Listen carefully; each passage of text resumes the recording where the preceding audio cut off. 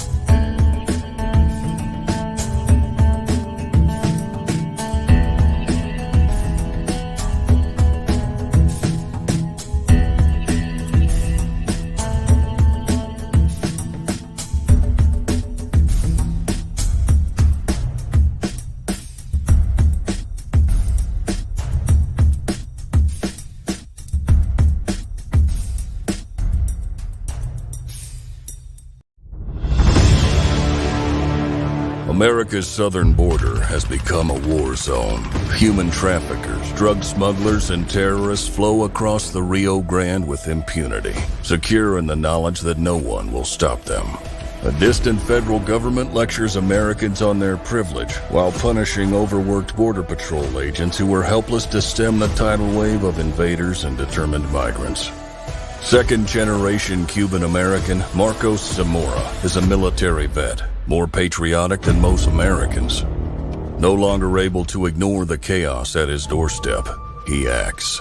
Joined by his best friend Gus, they hit the border every night, saving lives while stopping violent drug cartels and other opportunists. The government reacts with fury at Marcos' attempts to preserve American sovereignty, deploying the full might of their enforcement agencies. But Marcos understands that the only thing the rich and powerful fear is bad publicity, and he records every encounter. Whoever he is, this private American must be stopped. Illustrated by Richard Bonk and written by Eisner winner Mike Barron, Private American is his version of Captain America, and maybe a little Punisher, taking part in this ongoing, violent, and very real battle of good versus evil in the war for American sovereignty. Grab your copy at theprivateamerican.com. We have a secure border, and that is a priority for our administration.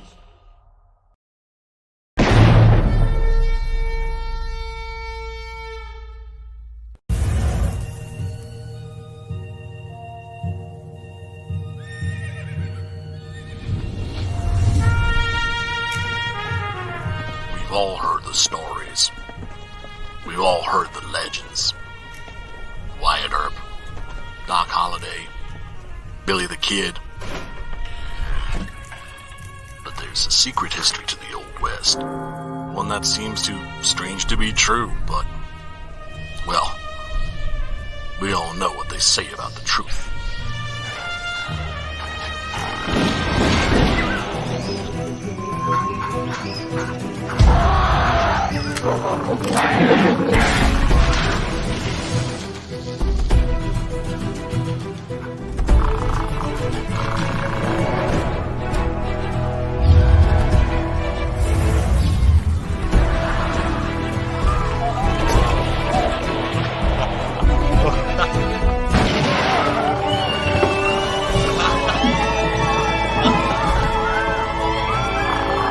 Very big ape, very big guns, blowing very big holes,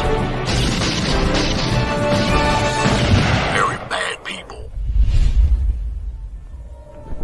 I think the world is finally ready to hear the story of the strangest, the most startling Western hero of them all.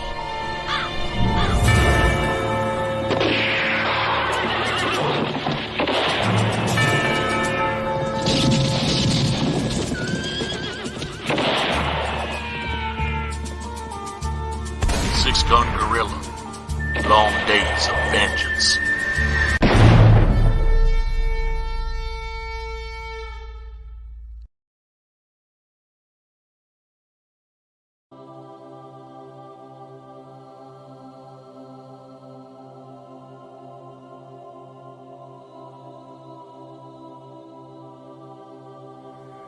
The original intention of the film was just for my personal use, but I thought, with it being such a unique thing, that I'd like to offer it to anybody who wants to see it. Things like that. And it's just a unique film of him. He says, I beat you. He says, they say we came in under the dead heat. He says, that's not true because I beat you. And the American said, well, he says, if you like to think so, he says, but I know the real story. He says, I know I clearly won that one. See?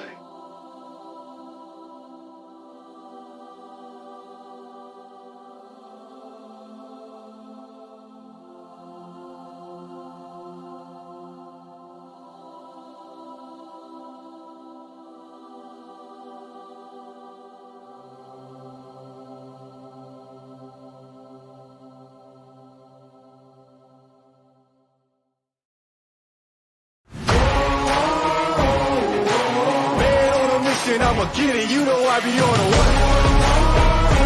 Yeah. You know I be on the way. Man on a mission, I'ma get it, you know I be on the way. Yeah, it's all hard, ain't no fear here. You ain't giving this to all, you steer clear. Never beat, I've been down and I reappear. You got some money on the line, you better put it here. Rolling in and doing that work.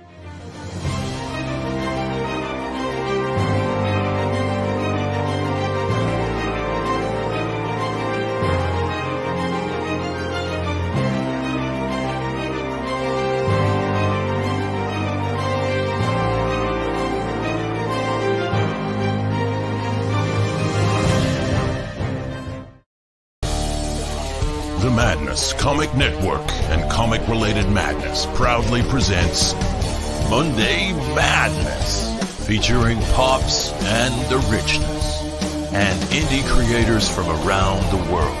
Tune in to our content on Comic Talk with Pops Van Zandt on YouTube.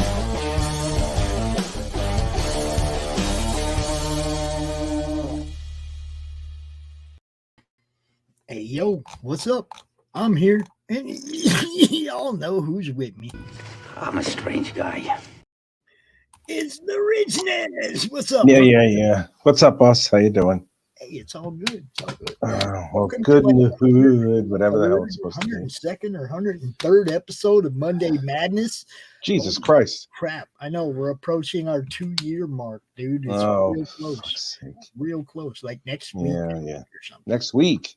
Yeah. Crazy. Wow. That's crazy we've been doing this so long. It has been crazy that we've been doing this so long, but it's still awesome and fun. Yeah, and So, we have a great show lined up today. We got who do we got? Tell me. We got that guy. His name's Back My Kickstarter. I mean Sam Vera. Sam Vera. Back My Kickstarter. Hey, hello, Mr. Kickstarter. Oh my God. Wow. His name is Back My Kickstarter. Jesus God, man. Yeah. You are a whore. Oh my God. Back my Jesus God Go heaven. big or go home, right? That's Just go big and go home. So you might as well just do that whole thing where it's like back my Kickstarter, you bastard. That's right. Long Oh live all my ages. God, that's just too much for words. How you cats doing? I'm yawning. Welcome Yeah. to the show, Sam. I ain't seen you in a little bit, not since Duty 2. I know. Now we're on Duty 3. Duty 2. That's just God. dude. Duty 2. Really? There is no way to get around the innuendo type humor that surrounds your product, dude. There's just no way to I get know what the hell around that's all about. It's dude, dudette, and dudie. There you go. What can I tell you? What the hell am I going to draw? I'll figure it out. I'm not going to draw duty. Why don't you go ahead and share your campaign, Sam? Yeah, let me see the duty. You know what? I'll draw duty. I'll draw. Let's see what duty looks like. You want me to share the page? Oh, the link or the page? Yes. Give me. Let me take a look at Oh, I got to see the character. Let me see the character so I can do it. All right, because I'll draw it while you're here. If you're okay with that, we like. You know. Why wouldn't I be? not just gonna like draw your shit without asking. No, I'll draw it without him asking. I'll just do it. You know, I'm like, just draw it. That's it. I'm like, oh, you're upset that I'm drawing your character? All right. What could I do with your character that I'm drawing? And it's just like, I've done some foul stuff with other people's characters, man. I'm like, oh God, if they ever saw what the hell I just did, you know, they would take a direct flight from where they're launching to my house. You know, I mean, where I used to live anyway. So it's sheriff duty. Look, oh Jesus Christ, There's really? That's right. I'm not drawing him in a cowboy outfit. You got to be out of your mind. That's all somebody. There's all kinds of different duties, dude. He's been drawn. Geez, I don't know, a couple hundred. Oh, that's a green alien poop. Okay. He's like Crom. He's been drawn a couple hundred different ways, man. Yeah, duty is the ultimate cosplayer. Do you want duty? No, let me see that one. That picture. That one. That's perfect. Give me a second. Give me a second. I'm gonna snapshot this effer. That's Duty and Herman. Yep. All right. Let's I gotta exit full screen for a sec. Now where is he? No, I gotta yeah, I gotta do it again because I have to snapshot him again because I was in full screen at that moment. Yep, there it is. Where the hell is he? I'm gonna save him to the desktop. Yeah, this is a really good laptop. Well, duty. Okay, there's that. Yeah, he's on the desktop. That's good. So now I can just open him up and okay, now is that there's an alien in my toilet or your toilet? How's an alien. that read? There's a snake in my boots. It's an alien in my toilet. Okay. Alien in my toilet. Alien Jesus in my Christ. toilet. All right. Mhm. I want to make sure I get it right when I make, All right. I got to make sure I have the camera on for this one because I want to see you sexy bastards as I draw this. Yeah, man. There it is. There's an alien in my toilet. Yeah, okay. I'm wondering, let me see. What do you want what do you want Duty to do? Whatever you want him to do, as long as it's clean. It's family I'm not going to friendly. draw that live. You know, I'm not going to. There are lines that even I don't cross. And I'm not going to. We're never gonna make an alien look bad. Yes, that's my boy. No. I mean, there could be right now. I could think about 1,000 different porn categories to do something to this alien if I chose to. No, but we're not going to do. Kickstarter's already flooded with that stuff. Oh no, they don't like that. It's like, oh God, boobies. No, don't ever do that. Okay. So, has he been jocked out yet? What's that? Like putting a football uniform or no, uniform or anything? He's been dressed as a Viking. He's been dressed up as a cheerleader, a barbarian. Cheerleader. Yes. Cheerleader. There you go. You're gonna have cheerleader duty now. It's all over. He's been dressed as Wolverine. He's dressed. I mean, he's done every character. He's the ultimate cosplayer. Duty. He has an active imagination. I'll bet he does.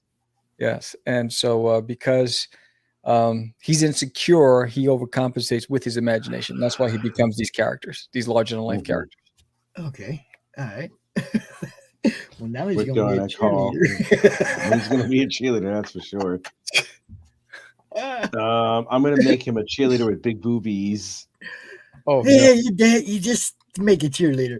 So, Sam, go ahead and tell everybody about where this concept came from. How you got through on your first two, and where you're at on number 3. Number 3, we're almost funded. We are, I think, $350 away from being funded.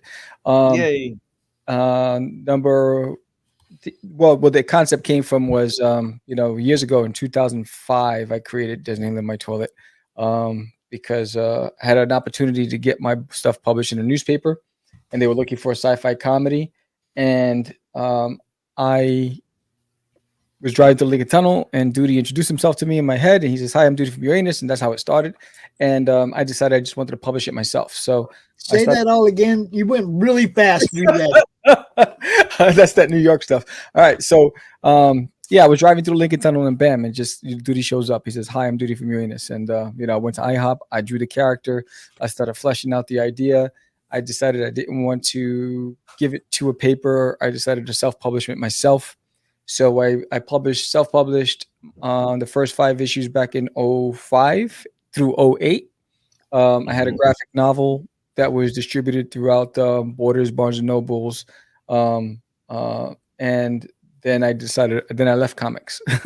I left comics for a decade, and I came back into comics about 2019.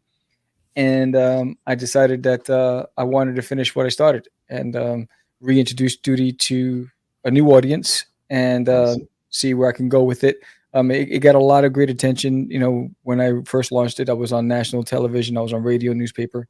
But the real life hit and some things came about and I had to leave. And so now I just want to see where I can go from there. The first one, we were funded on the first day. The second one, we were funded in a couple of days. This one, we finally got project we love, but it's been crawling. Every day somebody signs up. So currently there's over 160 people who are signed up, and today 2 more people signed up that are following it, but they haven't pulled the trigger yet. And so it's a little weird the way this one is flowing. And this one's the biggest campaign yet. So remember, it's that time of the year. Okay. Package it as a present for the kids. Yes, I've been talking about what I'm saying. That. It's like because nobody's buying nothing but presents for the kids right now. So speaking of that, so this is the biggest one yet. So in this campaign, There's not only There's Nail in My Toilet Part 3, where Duty finally gets into a house. And there's a family that lives in the house, and there's a Chihuahua named Herman who knows that there's an intruder in the house. And upon contact, he thinks it's the talking jalapeno. And so there's this rivalry that starts there. The government is tracking down the crash site. They found the UFO, so they're getting closer to finding Duty. So he the world's closing in on Duty. But not only that, there's all for the first time, in over a decade, I worked on a Duty story from start to finish without somebody lettering it, without somebody coloring it. I did everything. It's called Duty's Monsters on Planet Cthulhu. That's available on this campaign as well. It's part 1 of 3. I'm holding up the book in my hand. It's part 1 of 3. Hold on. I was looking at your campaign, bro. Yeah. So this is it. Duty's Monsters on Planet Cthulhu. This is the center cover. There's 2 other portions. You can either get only the single cover with Cthulhu sitting on the throne, or the additional 2 covers to the right and left, and have the whole spread. Covers, yeah. Yeah. So this is another story with Duty where this is after his stint on Earth, and he's in high school, and he's bored, and he's contemplating what he wants to do. He wants to go on another adventure. His buddy Cheeks is telling him, "You're crazy. You can't go. What are you doing? You just got here." And he finds out that a couple of Uranus's military disappeared on the Outer Rim, and the only communication that came back was the word Cthulhu. He's never heard of Cthulhu before. He said, "What is this thing?" And so they're like, "You didn't hear about it because you were on Earth when they taught us about this mystical creature in class." So he decides he's going to race off and confront this being, even though he's ill-equipped to handle it. He's just a high school student. And so, and that's where the adventure begins. And so it's a 3-part miniseries, and 1 is available on this campaign as well. And then if you have a 4-year-old and you're like, "I don't know if There's Nail in My Toilet is good enough for my 4-year-old," well, there's Duty's Adventures. So Duty's Adventures is a children's book where young Duty growing up on Uranus, and he has to deal with a school bully. The difference between this storybook is that it's interactive. With every page turn, on the right-hand side is the story, and on the left-hand side is multiple choice questions based on what they just read. So the parent or guardian and the child can interact together and play along with the story. Then at the end of the book, there's 3 pages dedicated so that the child can write their own story and continue where they believe the story should go. And then there's another 3 pages where they can draw their own characters to add to Duty's world. So it's very interactive for 4 and up. So There's Nail in My Toilet in Duty's World is available for all ages, as young as 4, which Duty's Adventures. Duty's Monsters, I would say 8 years old because it's a little scary. There's no gratuitous violence. It's still all ages friendly. And then There's Nail in My Toilet is available for all ages. It's slapstick humor, funny. And so this is the biggest campaign yet that I've done, and it's really trying to introduce all ages to Duty's world and to the character. It's the one character that I'm focusing on for the next 10 years is all you're going to see me is doing Duty. And if you have an artist, a child who's an artist, an aspiring artist, there's also the Duty's custom sketchbook. So they can get this custom sketchbook. It's 50 pages of sketch pages. And as a thank you to start them off, the first pages will be a sketch by me with a little note from Duty to encourage them with their artistic journey. So there's something for everybody, and it's small enough. It's 6x9, goes inside their book bag. They can draw during lunch break, after school, in the park, wherever it is. So if you're an artist, inspiring artist, or a child or an adult, this is perfect to go to carry and go on the road. This is awesome. This is awesome for the kids, yo. I love this. I mentioned this when this fine gentleman over here had me on his show. No, I'm serious. It's like this is a really, really great kids comic. It's funny. It looks goofy and stuff, but it also has great messages along with it. And I love the cartoony style that you have here for what you're doing. I think it's great, man. And I think you're doing a lot of really good stuff for everyone. This is a refreshing change from the standard shoot 'em up, throw 'em up, blow 'em up, whatever it is, thingy that we see on a constant basis, And you should be proud of yourself that you put together something that's not only really entertaining, but also have a little bit of nobility and giving back to kids who maybe want to do cartooning or maybe want to pursue something like this. They're just like your character that you created, man. You should be proud of yourself, and I hope you are. Thank you. I am. It's interesting because on crowdfunding, it's harder to push an all ages concept. It could be, yeah, depending. At conventions, it's easy. At conventions, I don't have any problems. The books fly off the table. It's very engaging with the families. They appreciate it. They see it. They grab it. But online, because I'm competing with so much adult content, it's tough. And I won't compromise the integrity of my character or my brand. And I've been inspired by Charles Schultz and Jim Davis and Derek Kaufman. I love Ben Benders, who did the Littlest Viking. For me, that's the tradition. That's the kind of style that influenced me. And that's what I create. I love to create something that's for the whole family to enjoy. I added the educational value. Every page in There's an Alien in My Toilet. I mean, there's 4 pages in every book with trivia, puzzles, multiple choice questions, just to awesome. Get your mind going with the creativity going, get you interested in science, hopefully. And just to make it fun. When I was a kid, I used to love the back of the comics. The back of the comics had all the fun stuff, right? That's right, it did, man. And so I used to love that stuff. I'm like, oh man. And so I'm trying to provide that, but with a little educational value and some fun, and just to spark that imagination, that creativity. If you get a child to say, imagine if I created this, or imagine if I did this, that's one step towards, the future. Because it's the creatives that define the world, in my opinion. That is the truth. Super on truth. Let me see his hands. Okay. I like it. In the Navy. I like it. And you know what? If I like it, I talk about it. That's right.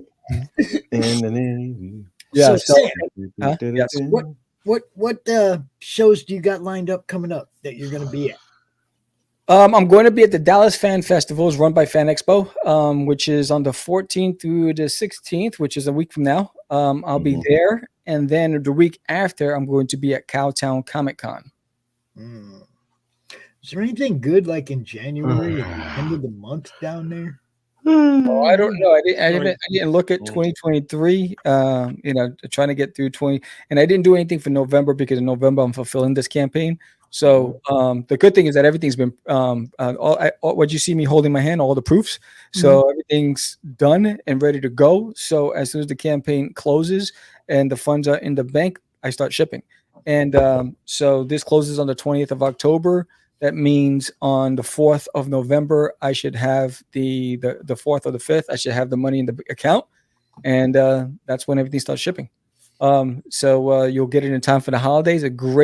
Put a packet together for the kids. If you've never read issue 1 or 2, you could get all of them, all the back issues. It'll be a great Christmas present under the tree. I've been featured on Newsarama. I've been featured on Fox News. It's safe for all ages. So if you're concerned about the age of your child, it's safe for all ages. There's no gratuity in it. It's just slapstick humor. If your child watches Buzz Lightyear, they'll enjoy this. There you go. And that's grandkids too, yo. Yes. For you people like me out here that got munchkins, but they're not necessarily yours. Yeah. But they're hanging around all the time. Yes. I love my munchkins. Actually, one of them this morning or last night, I find this book, right? And it's called The 9 Worlds or something about the 9 worlds. And I look at the cover and it's Yggdrasil. And it's the 9 realms, Asgard and Jotunheim and all that. And I'm like, man, why don't they just call it what it is? Why do they change everything? It's not 9 worlds. You know what I mean? It's like they give them the wrong.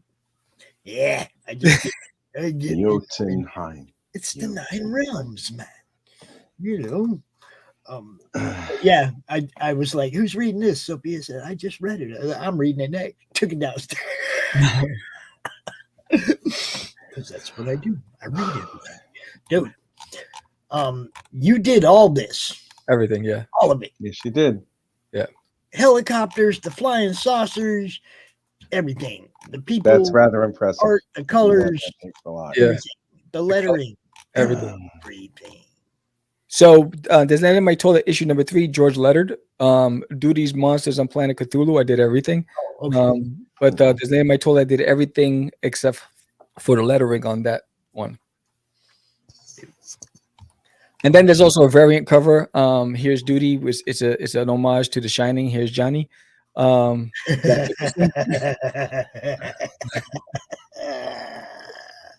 See, now most kids won't get the reference, though. No. That's why I did it as an homage cover, like the standard covers of the kids. The homage of the collectors, they'll get it. And then there's you see, if you scroll there, you see Duty's Monsters right there. You'll see the 2 side covers. So this is a 3-cover comic. You can get all 3 covers, or you just get the single cover in the middle. So it makes one big, large spread. Connecting covers right there. Yes. Yeah. You got stickers. Yes, we got stickers. We got Duty as a werewolf. We got Herman in astronauts outfit. You got Duty as a bandit. Duty Nice. as Robin Hood. Robin Duty. Look. Duty Hood. Duty Hood. This is awesome. Got the sketchbook. Yes, that's look, Phantom. There's a sketchbook. yes. And again, if you pick up the sketchbook, you'll get a sketch by me. Starting off the book, and the artist with just a thank you. Little Duty. So this is what I was talking about, Duty's Adventures. So it's very interactive. If you see that there's page 1, Duty wakes up, and then there's the quiz, right, about what you just read. And then there's the sample pages at the end. So you can write your own story and draw your own characters. So you get 6 pages. The child gets 6 pages to be able to write their own story at the end of the book and create their own characters as well. So they work inside the book. Awesome. I have that problem. I got kids over here trying to make comic books all the time. Yes. And we need our future creators. And so if I could do my part to inspire them when they're young, that's a great way to continue the legacy and continue telling amazing stories. Yeah. It's good stuff. I have no idea what they're talking about. Margot and Fanta having a conversation over there in the chat. If anybody, hey, Margot or Fanta, if any of you guys see Death Pusher, would you tell him to message me, please? I have information that he needs to be aware of. He's the only person that did not fill out his, what do they call it, survey at the end of the campaign for Path of the Pale Rider. Yeah. She's got this one book she can't send out. Okay, and I'm pretty much the only connection she has to dude. So, Fanta, Margot, if you guys see Death Pusher over on Rex's channel or on Bakes or whatever, tell him get a hold of Lori and get that book. Always serving the community, man. Yeah. Always, Now, and this is a little frame, and it's basically Duty as he traveled the earth looking for Kickstarter backers. And so there's 8 images. The last one is just an homage to Calvin and Hobbes with Duty and Herman on the little trolley, whatever, going down the hill. So that you get that framed 11 by 17. That's awesome. And then the backer rewards. You got the digital stretch goals are all unlocked. Right? What? No, the only one stretch goal was unlocked. We are, we are 7. You have different stretch goals for your digitals, or what? I don't understand. This is rewards. This is not a stretch. This is yeah. Okay. All right. Yeah, I'm just reading it wrong. Okay. No, what it says is when you back it at a digital level, you'll get, when the stretch goals are unlocked, the digital ones, you are entitled to get those. So you do have digital stretch goals. That's okay. Yeah, that's why I was confused. Like, what kind of stretch goals? Okay. Yeah. And then you have the download. Yes. For Alien in My Toilet 3 plus Duty's Monsters versus King Cthulhu. So you get both of those for 10. Pick your cover, your physical book, number 3. You get the A or the B. Yeah. And in the survey, when I send the survey, you get to you'll respond which one that you wanted. Back issues. Always got to have a catch-up tier, yo.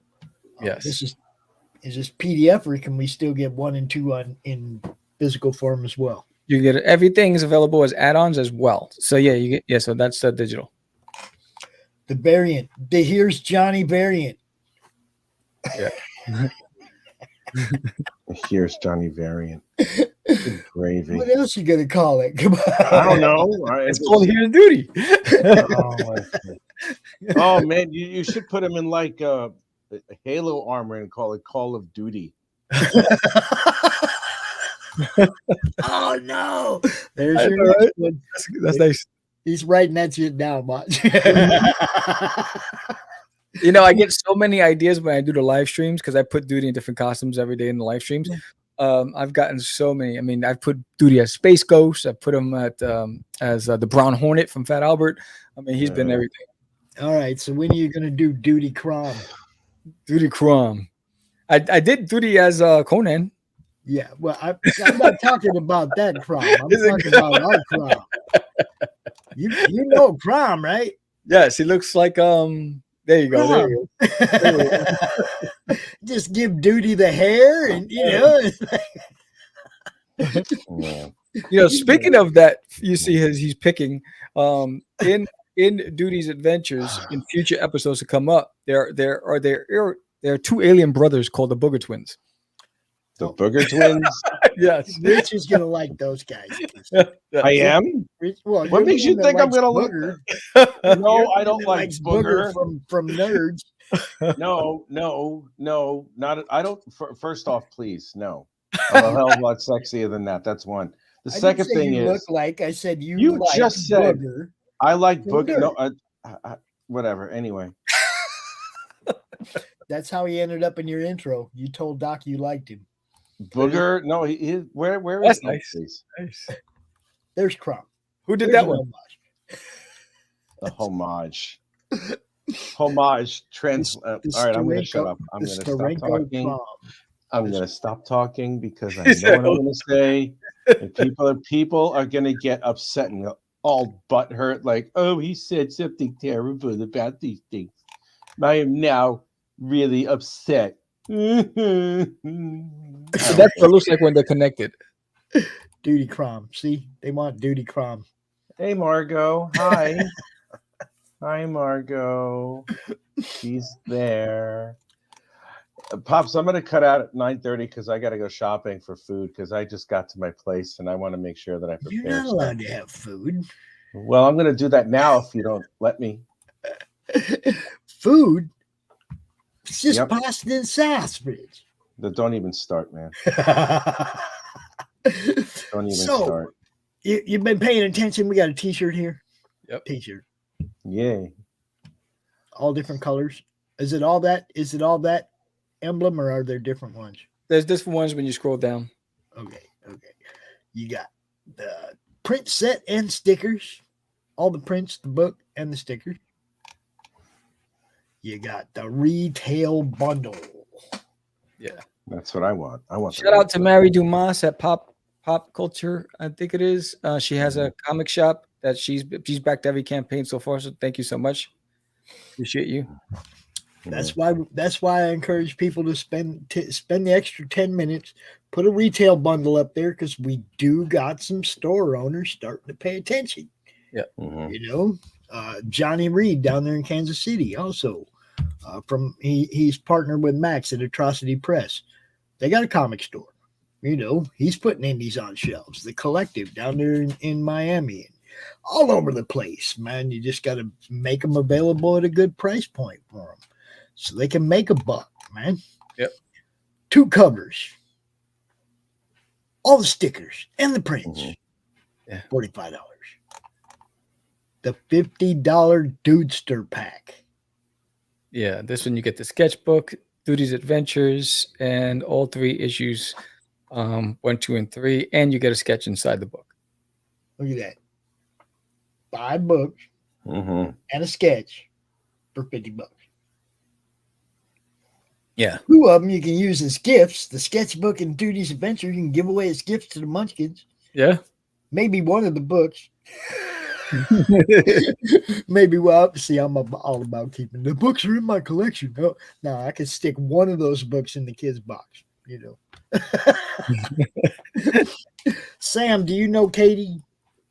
No. Hi, how are you? Oh, Hey, how are you? Good. Who's this? This is Katie Shaw, the dragon Oh, lady.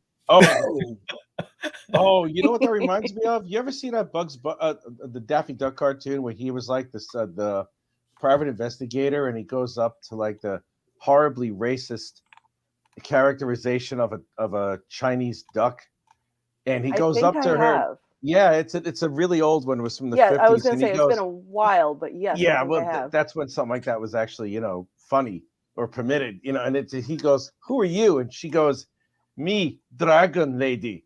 And he goes, "Why do they call you Dragon Lady?" So she opens her mouth, which she's a duck too. So she opens her bill, and this Human Torch Nova Flame stuff comes out of her mouth, burns him to a crisp, makes him already blacker than he actually is at this point. And after it's like, and he's all crispy and stuff. And she goes, "Is answer question?" Something horribly racist. And then he goes, "Yeah, here's answer question." And then somehow miraculously he heals like within an hour, from all those 12-degree burns and stuff. Yeah, hey, I know. Hi, Margot. And I was just, because it's like I hear Dragon Lady and I'm like, oh my God, I wonder if Katie Shaw breathes flame out of her mouth. I am the Dragon Lady because I make these. Dragons, dragons. And she has a comic book that is about dragons. And puppets. And puppets, yes, dragon puppets. But yes, we're gonna get all into that. Let's see. The t-shirts. You see all the different things you can get on the t-shirts. I wanted to get down to that. Most of this pretty much was covered. Oh, the coloring book. I didn't see coloring book. What's up with the coloring book? The coloring book is an add-on. It's a standard 8.5 by 11 coloring book, and for the kids to have fun with. Cool. How many days you got left on this thing, man? I have at 8 o'clock tonight. It'll be 16 days, so 16 and a half days. 16 and a half days. We're gonna have to get you out. Come join us on one of the open mic shows where you can have a little more time, because 30 minutes when you got a lot of stuff to show, you don't get to show it all. Yeah. I mean, look here, Rich. Here's some of the different ways he's been drawn. Check it out. Well, what? The different ways Duty's been drawn. Check this out. Let me see. That's awesome. Viking, pirate, Calvin and Hobbes, Scooby-Doo. What, boy? This has been outside. Okay. Now it's up to me, I suppose, to take the lead. Oh, he's back. I left my coffee cup outside, Munchkin. That's all right. I left my heart in San Francisco. There you go. There are so many Duty variants here. It's like these are all the evil universe duties. Hey, Apex. Yeah, hello, there's a whole bunch. That's great. I was just scrolling my mouse thinking that this was going to move, and I'm like, oh my God, my computer's broken. And then I realized someone else is doing it. And I'm like, well, all right then, All right, so backer count, backer rewards. I like that. When you get to a certain amount of backers, you throw a little something extra at them. 50 backers, 75 backers, 100 backers at the digital level, or I'm what do you got? What's going on? That one was already unlocked, so that'll get the digital prints. It goes digital for backer count until you get to, I think, 100. And then when 75, you'll get 3 independent creators books from Daphne and I know those books. Yeah. And then starting at 100 backers, you start getting the physical stuff like the bonus sticker of Cthulhu. But then there's a short story that I wrote also available. There's the Duties Monsters bookmark that's available at 150 backers. Yeah, you got too much stuff here. We need more time, Sam. More time. I know. It's a good problem to have, though. Yeah, I spent 2 months populating. You said 16 days, so 2 weeks from today, Monday Madness as the last guest of the show. Awesome. Okay, so we don't have a time constraint, so that there's nobody coming in after you, and we can talk till it's over. You got it, brother. We covered it all. So if you don't mind locking that in right now, the 17th at 4:30. Sure. Cool. I'll lock that in right now too. And that way we get to talk to you for a while, and you don't have to worry about getting upended by the next guest. And we love our next guest. Katie is awesome. What can I tell you? Awesome sauce. I do appreciate you guys. That looks good, Rich. Thank you. It looks awesome. Hold on, I gotta look at this. Where's hold on.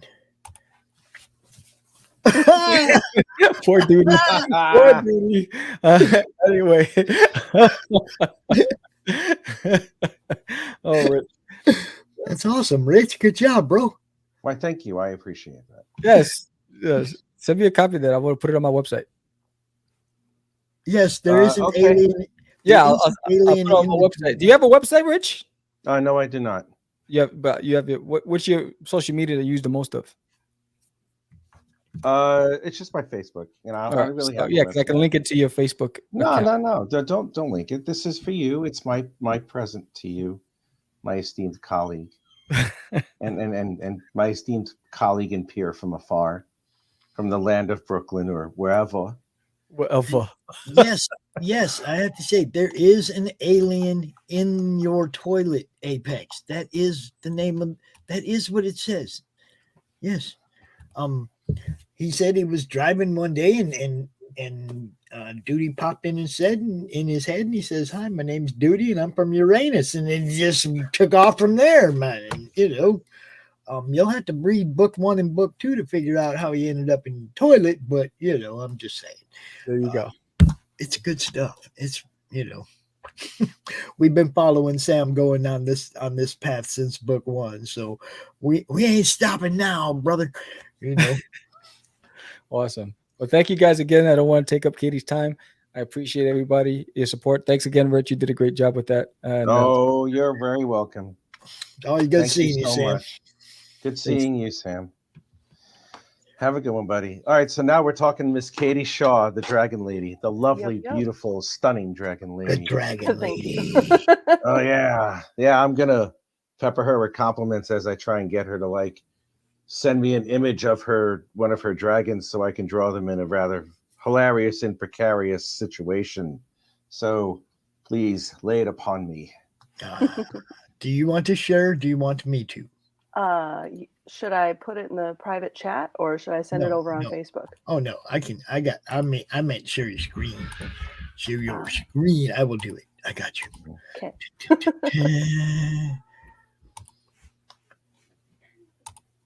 Dun, dun, dun, dun. There it is. Dragon Child.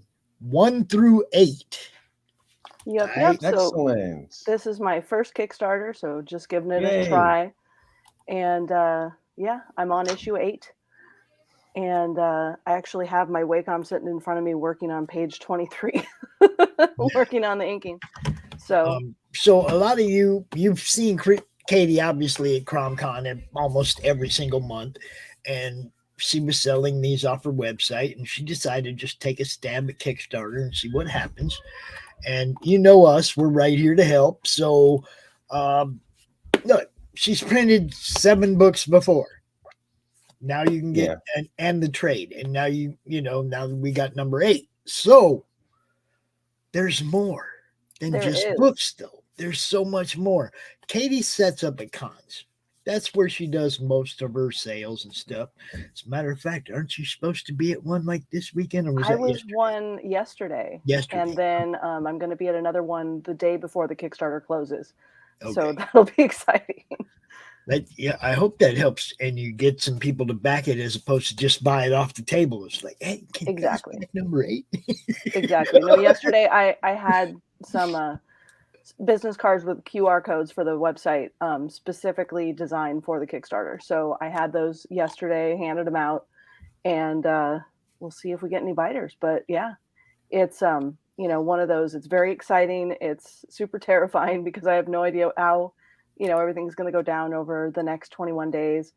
But it's been great to see, like, based on what I'm doing. So whether it's sending out various social media posts about it or sending out an email to all the new people on the mailing list, I'm doing all the things to try and let people know that it's happening. And it's cool. I'm enjoying seeing the support. We're a little past the third way in. So, if you're curious, please go back the project. 21 days from now. So like on Monday, the 24th is when it ends. Yes. So we're going to have a countdown on Monday, 24th. What time does it end? I want to say it ends pretty much while this is going on. So it's midday on the 24th. Okay. So figure out what time so we can set you up for your countdown. We'll come out for the last hour. Yeah. No, I want to say it's like 1 o'clock Pacific time, midday. So that'd be perfect. Exactly. We start at 3, so exactly. That would be perfect. There you go. We're gonna have a countdown on the 24th for Monday Madness, Rich. All right. I'm waiting, man. Now, should we watch the video? Should we do that real quick? Sure. All right.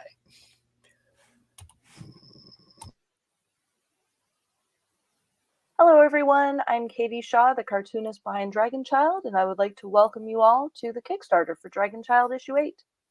Dragon Child is a modern-day fantasy comic where mythical creatures are real, and the dragons have picked one human to represent all of those different creatures to humanity. That unsuspecting human girl is Ryu Kodomo, our main character. First, she learns that elves are real when she meets Chase, a young elf in the woods. And now she's face to face with the reality that dragons are real too. Specifically, Ryu has just met Ember, a cute young dragon who's very excited to be here. And that brings us to Dragon Child issue 8, which picks up right where issue 7 left off. Scope-wise, this particular issue is 32 pages of black and white comic. I have fully completed the cover, inked 20 out of the 32 pages, with 2 more partially inked, leaving 12 pages left to ink, toning for the whole issue, proofreading, and then I can get things sent off to the printer. To both get the issue printed and get more eyes on Dragon Child, I turn to you all. Reward-wise, there are many options past issue 8, including the ability to adopt some of my handmade dragons. Yes, you heard that right. I hand-make my dragon characters into large plush toys and puppets too. You can also select the catch-up tier to get issues 1 through 7 if you're new to the series. Even though this is my first crowdfunding campaign, I'm excited to see what this will do to help grow my audience and bring excitement around the series. Thank you all for being here and your support. I hope that you're as excited as I am to see Dragon Child 8 get printed and have it in your hands to read. Beautiful. All right, so here you go. Yeah, so that book there is the 1 through 6 trade. So that's the trade. Volume 1. It is available. And as an add-on. Yeah, and then you can get 7 and 8 and you'd be right caught up. Exactly. So tell everybody a little bit about your girl here. Yeah, so she's my main character. She was ironically the last character to get solidified before I started writing the story as it is. But she is, as far as she knows, completely normal, human girl. And when she is in her sophomore year of high school, she starts noticing some weird stuff going on around her. So she first sees this hawk flying around, hanging out with her, and she follows it through the woods. And that's where she meets the elf character Chase. She is, curious, but definitely, has lived a relatively sheltered life. And she is about to find out that she's been given certain powers from the dragons. So she's going to learn all about that in issue 8. But up to this point, she's, met the Elven Court. She just met Ember. And she's kind of aware of the fact that she also met a kitsune. So she's a little girl named Kit. And she's about 11 and she's super adorable, turns into a little fox and hangs out with Chase. So, and Ember here is my personal favorite character. So she is about 17 years old. She's super tiny for a dragon. So she's about shoulder size. And she convinced her family, she lives under the Antarctic ice, to be allowed to go meet the dragon child, which is Ryu. And so she's going to have all the fun. She's super curious. She wants to get into everything and be in everybody's business. And she's going to definitely be, the type of character that's like, oh, I've never seen that before, because all she's seen is ice, snow, rock, and fish. So it's all new. But so everything's exciting. And a bunch of pages. Yep. So that's the layout in my program that I'm getting all the tones and stuff in. So when I finish inking in Photoshop, everything gets brought over here. This is where the lettering and the toning happens. And since getting everything launched, I have those 2 pages completely finished, and I'm starting the very extensive background on page 23 that is going to get utilized on a bunch of different pages. So that's going to be nice and speedy once that gets done. So, and I'm super excited and I did do an update recently. So the last section in the issue is something that I've been looking forward to drawing for years. I'm sure we all have examples of pieces in our stories that we know that we're going to do, and just kind of look forward to doing eventually. And this is one of them. So I had a fun childhood spot that we would go and do what we'd call river stomping down the San Lorenzo River. And there was this runoff pool that was absolutely freezing. And I'm like, what's a good way to torture your character and teach him how to do stuff? Let's have him sit in a ridiculously cold pool. And so I went out and trekked and took a bunch of pictures specifically with this in mind. And I'm now getting the just giddy feeling, inking all this and having super fun. So that looks so really, really good. The best part is the inking, when you can finish it and then you can add all sorts of extra details. That looks really nice. Thank you. I love the detail you have there. I've been watching her level up, Rich, for a while, man. And that's the cool thing. If you go by the trade, you see her from 10 years ago, your art, and how much it's progressed to now. She didn't go back and hide the old stuff or redo it. I mean, I've come to terms with, because I think we all kind of think, oh, I could do that. But the reality is it's a bad move. And I feel that, it's good for people, especially people who are just getting into comics, to be able to see a creator's progression in their art, because they can really say, okay, that's attainable, and then you can grow and get better. So that's my way of telling myself, no, don't touch it. And then there's that. Then there's the touching. It's just terrible. Yes. I'm talking about the dragons. Yeah, that's what I meant. Because they're super soft. No, they are. So they're super soft and furry and cuddly and stuff. But yeah, so the big dragons take me about a week to make, and because they're all characters from the comic, they all have names. So Ember obviously is the one there in green, and then the purple one there is Shandira. She was on the cover of the full volume, and she is my Queen of Dragons, my eldest character in my story. And she's one of those characters that, has been around for so long that she's entertained by the antics of everyone. And, I figure when you're a few thousand years old, that's normal. Yeah. And then here are some of the puppets. The puppets, yo. So there's a dozen different puppets. I have a puppet tier and a add-on tier for the puppets. So there's 24 available that can be, yours. Whereas for the big dragons, I'm allocating 3 of each. I want to say 3 of each. So, that way everything gets done in ample amount of time to get shipped off before December. So I have everything listed as December, but realistically, I want to get it out to everybody in November. Cool. So that is there completely to cover whatever, disaster may or may not happen. So it'll be before that. So you got the printed copy of number 8 signed. Yep. You can get that. There are PDFs. You can get the digital as well. And then there's a PDF catch-up tier. You can get all 8 in PDF form. You get the retailer's tier for Dragon Child number 8. 10 of them for $40. 10, $40, $4 piece. $4 piece. I'm just, gotta have them retail tiers, the early bird catch-up. Okay, we missed the early bird, right? That one's over. Well, so the early bird isn't based on time; it's based on numbers. It was based on the amount. amount. So it's 25 copies. So there are still some available. Right, that's right. It was based on how many people signed up for that tier. Okay, so catch up, get all 8 issues. If you don't do it now and those first 25 are gone, then you have to pay $2 more. Exactly. Catch up. And then this one's new. And with a sketch, with a signed sketch. So there's going to be, again, this is limited to 25, and there's going to be 25 unique sketches. So this is just an example of, one of the ones that I've done in the past. But it should be fun. And adopt a dragon puppet. You gotta have a puppet. You gotta have a puppet. I'm just Yep. So those are all the dozen that are available. And again, there's 2 of each, one through this tier, one other set through the add-ons. Those are awesome. Retailer catch-up tier.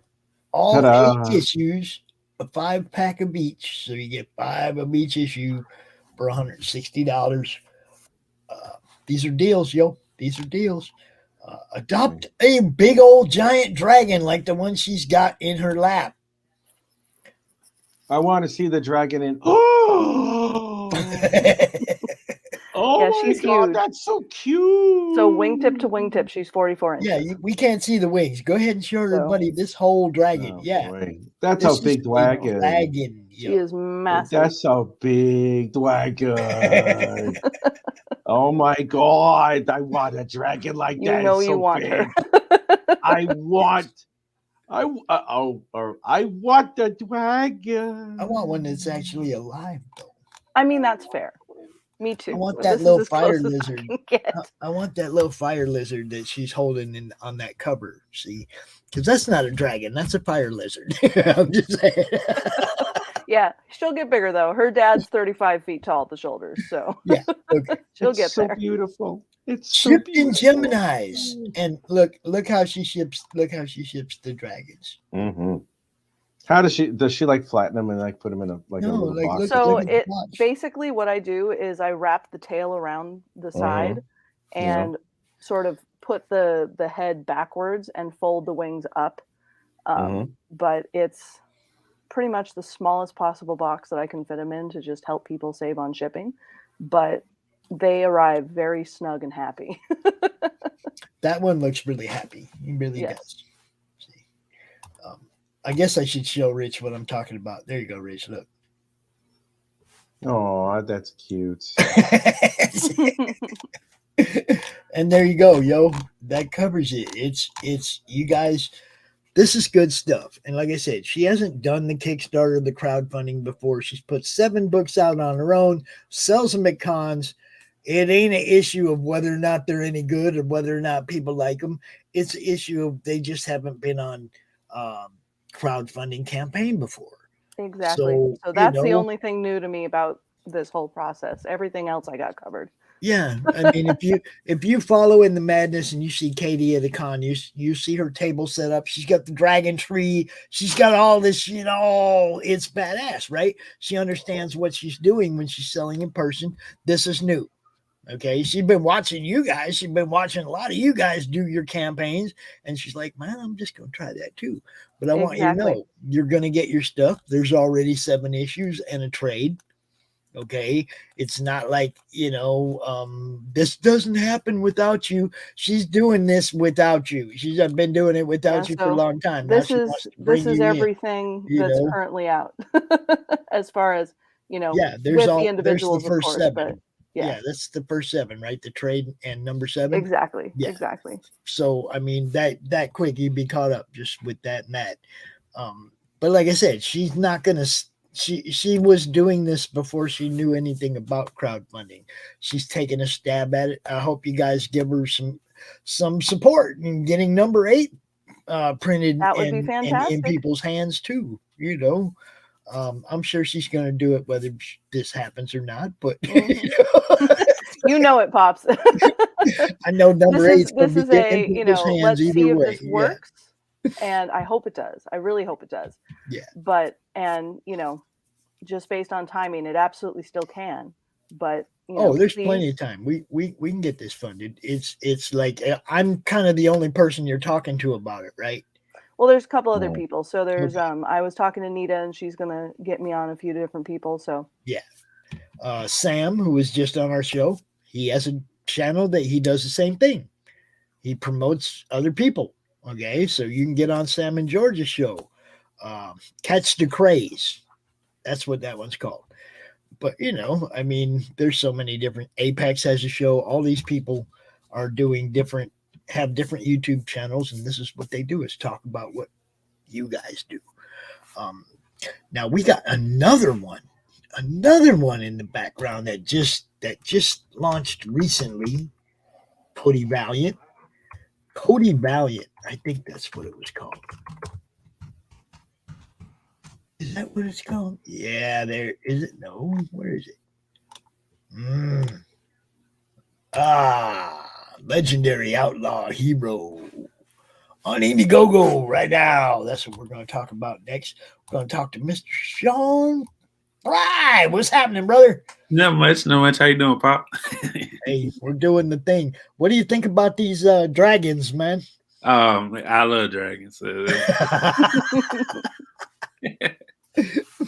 Never seen a dragon I ain't like. I just love the creativity that's behind this one. I mean, it's a 10-year-old story, but man, I like puppets, dragon puppets and stuff. This, yeah. Well, and you can't beat the fact that they're handmade.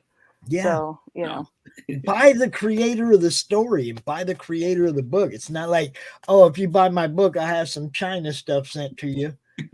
It's like, she's like, if you buy my book, I will hand sew this dragon puppet for you. That's a little different, a lot of work and effort going into it.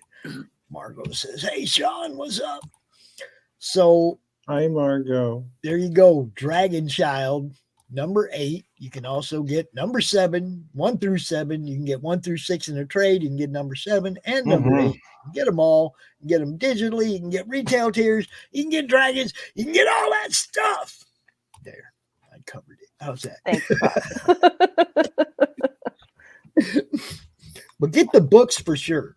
Okay, get the books because that there's some kids out there that want to read that stuff. I promise you. Katie, you can hang out, but we're going to talk about something else now. Absolutely. Let's hear about what Sean's got. What do you got, Sean? Do you want to share it or do you want me to? You can share it. All right, I got you. Rich, do you remember Sean? No. Really, no. It's been a while. He was here before about a different book. What book the was one that leads into this one. Oh, what book was that? What book was that, Sean? What book was that, Sean? It was a little book called Youth Mob. It was something like that. Well, what did he even say? Well, what did you say, Sean? I don't remember. Yeah, it was a time I was campaign pushing out our next book, Youth Mob, and it was another character that I would talk about in the distance. Cody, something like that. Cody Valiant. Okay. Youth Mob was the name of the book, Rich. Youth Mob, dude. Do you have any idea what's been on my mind for the past 2 months? You think I have any memory of anything that I'm doing? I have to almost rewrite the third chapter of Incandescent, and I'm. Anyway, this looks fantastic, though. So Thank you. There you go. Jesus, we will go right to the video, and then we'll jump into conversation afterwards. All right. Mm-hmm. All right.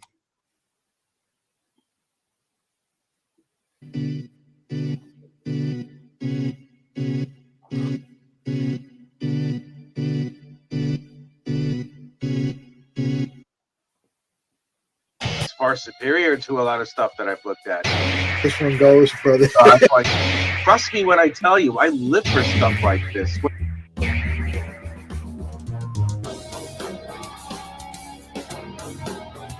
Cody Valiant is not like any book I've seen before.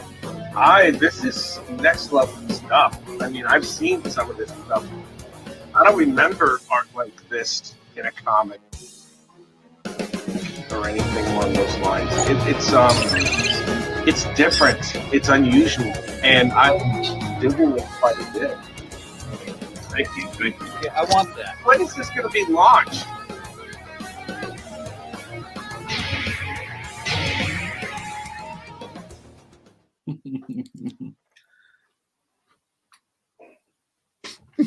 What do you think, Rich? Did we lose him? Is he here? What do you think, Rich? Rich, are you there? Oh, that's what he's got his headphones out. See, he didn't hear us. What do you think, Rich? It looks really, really good. The art is really excellent. I am digging everything that I am seeing from this thing.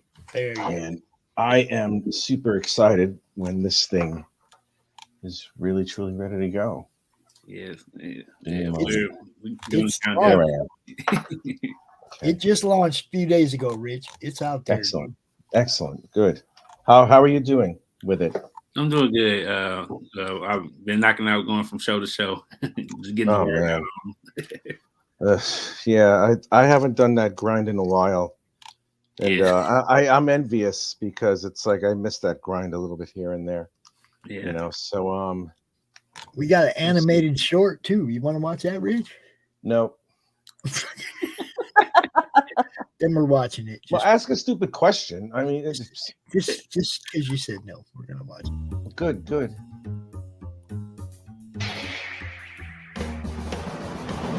Can't make it big, though. Why not? Can't make it big. What can I get for you?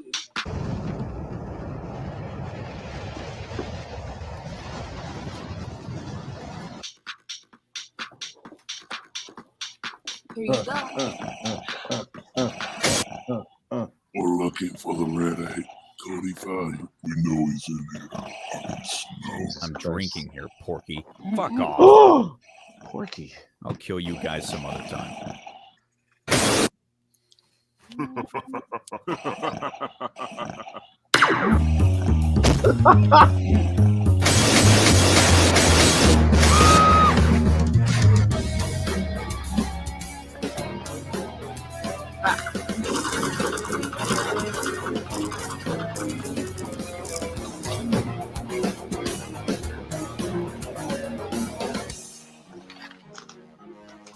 You Onyx don't quit. Hey.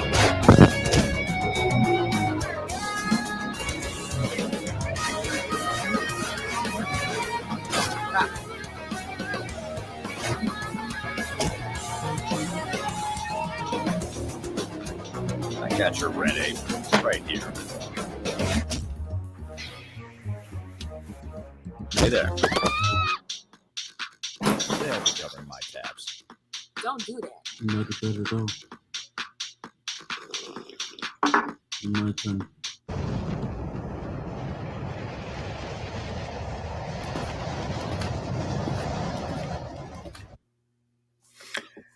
All right, damn it. Why are you wasting time on a comic book?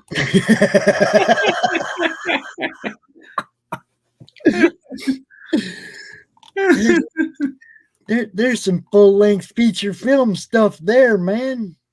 Yeah, just at the beginning of that, I spent like the last like year and some change, like just learning animation. Dude. And yeah, that's the other part of 3B. Like my dad's doing all the art, right? With that part, and then I'm doing the little animation, little shorts and stuff like that. And I'm gonna do a bunch more of those little Cody animations and things like that. And that is just part of the stuff we working on, basically just putting out our best work and just trying to get the word out about all the stuff that we bring. Dude, that was badass. You just might as well just forget comics and just go straight into animated. Do animated episodes, man. That was cool as hell. That was pretty cool. I'll have to admit. I was just you know what it felt like though? It felt like, you ever played that online Star Wars game? Like every day plays and you go to the main station and there's all the bars and stuff that you go in. It's like that gave me that feel like I was in one of them space station bars, right? Dude, good stuff, man. Like you said, you might want to just bypass comics, bro, and come back to them later. That's good stuff. Damn. Yeah. I had ended up making that. Like we was like halfway done with Cody, and then like my dad said, "Okay, we got." After he saw that, he's like, "Okay, we got to overhaul the book. We got to make it feel like this. We got to bring the same energy to it." And he's been knocking it out from page to page. Dude. Yeah, that's Jesus, that's so unusual. Yeah. It is. No, it's not in a bad way. It's God, it's striking. It's definitely on top of different. Yeah. It's like when somebody comes in with something different, it's like you got different below what's out there, different right around what's out there, or different above what's out there. And I mean, if you translate that art from that animation into the book, man, it's just your dad's killing it as it is. I said that before. Your dad's on top of it, man. Yeah. And that's just all the cool things we trying to do. We trying to leave our mark on just comics and everything from animation. We just trying to leave our mark on stuff, and we know we got some really good stuff, and that's the only basically kryptonite to us so far has just been just trying to get the word out on all the cool things that we have to offer. Yeah, and we've gone from show to show, like all the local shows and stuff we've done, and all our books that we've done, they've been selling out, and it's really cool at the same time, and that's just a little frustrating part. Like we had so far, just like online, it's just like it's not translating yet. It's slowly coming now, but it wasn't translating, like especially like when we first started, like a year or two ago, and now it's starting to ramp up, starting to pick up, and it feels like where we need to be now, as opposed to like a couple years ago. But that's something that me and my dad we talk about all the time. It's like it's when it catches, it's gonna catch, and we just got to be ready. Look, you just keep playing that animated video. You just keep playing that anime when you're talking about your book. Yeah, and you're gonna get people's attention, because there's a lot of people out there that are looking to, lean towards some kind of an animated track with their book or their story, and it's like you're doing it. Yeah, and that's different. Okay, that's taking it. And then you went and did the animation, and your dad went, you know what? That art and animation's better than what we got in the book. We got to retool this. You see what I'm saying? That's thinking forward, man. You have to. That's a little bit just trying to become like a little jack of all trades. Just have a dabble in this, dabble in that, and just put it together. And that's basically right there. It's just my dad standing with a Cody shirt, and then our friend that's in a wheelchair. He's been teaching me animation. He's an animator, and I've been up under him learning little tricks and the trade basically. And there's pretty much the three of us on from like just getting all our work out there and just building. So are you Biff, Bam, or Boom? All three. All three. If each of you was one of those names, which one would you be? Yeah, I'll say I'll say probably Bam, and then my dad I give him he the Boom.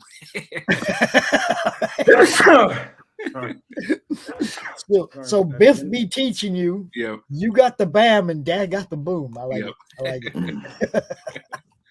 it. That's good stuff, man. Now what's with Interstellar? What's up with that? Interstellar is the companion book to go along with Cody. Like when we first was drafting up, she was gonna just be the backup feature to him, but we end up like splitting her in her own book, and she's completely done. Like her and Cody are like we call our first red label books. They are our first mature titles. It is more violent than our normal books. More language, like heavy language and possible nudity and stuff in all these type of titles. And that's what we want to do with Cody is he's the mature book, and like Youth Mob and stuff is like our family friendly book titles. Like that's for that. And then Cody is our mature title. And we're just slowly just plugging away. Yeah, Stella is completely finished at this moment. She sold out pretty like she was hard to get like keep a copy for at like our little shows and stuff.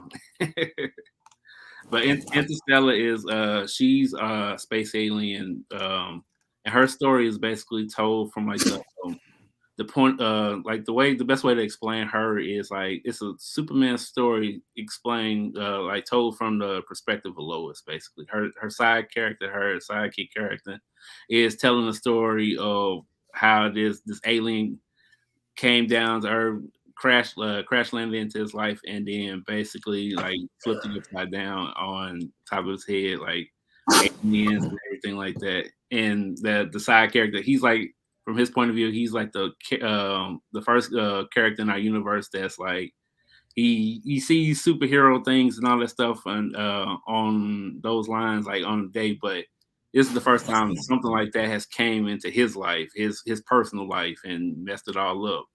And that's another cool, fun adventure that you can pick up in the bundle is you can get Cody and you can also get her too. And that's just this fun read that we just put together for you. So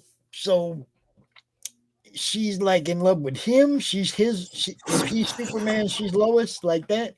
Yeah, like the story is just trying to flip and mess with things, give you different perspectives on different point of view from the.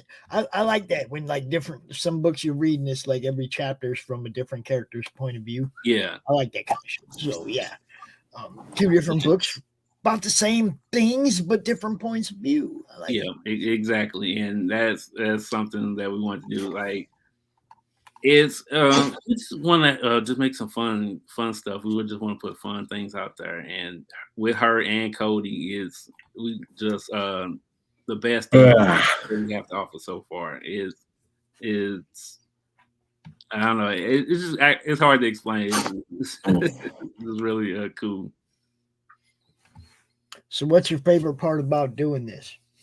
My favorite part about doing this is basically just watching the creation of like the characters, like from when me and my dad were just sitting around, like okay, because like he came up with Cody's name. And then he was like, okay, I want this character to be like a space western. I want this for Cody, and then I was like, okay. He hit like the right tunes with me because I'm a big fan of like anime, and that's one of the big things in anime is like that type of genre where it's like space western thing. And I was like, okay, if I can channel a few of these different animes that I watch, and I was like, and put that into Cody, the energy of that, and I was like, Cody made he's special, like the personality, the rawness to him he has a spirit of like an anime character, but he's an American character. And that's the two generations coming together because my dad's a traditional comic book artist comic book fan, and then my love of the traditional plus the anime feel of today, and that's what all our characters come from. It has the spirit of both of those type of things. So, working with Dad, being instructed in animation from your friend, it's kind of like you got the family appeal to the product, like Paul Gomez does. Wow. You know? That's really impressive. That's basically at the core of every book or everything that we work on here. Is I say the core of every book and everything is family. It's the family that you make, the family that you put together yourself. That is true. Each book at the very core, even Cody, even though he's a single character, all his side characters and stuff that you're going to learn about is him and his family, basically. I like it. So, Rich, you got any technical artist type questions for our friend here? You're the professor, man. Let's hear it. Let's see. I want to take a look at this. My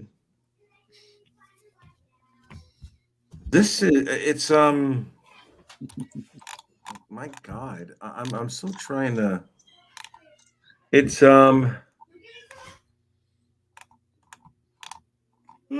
you're freeze framing computer generated images in this, and you're incorporating photographs with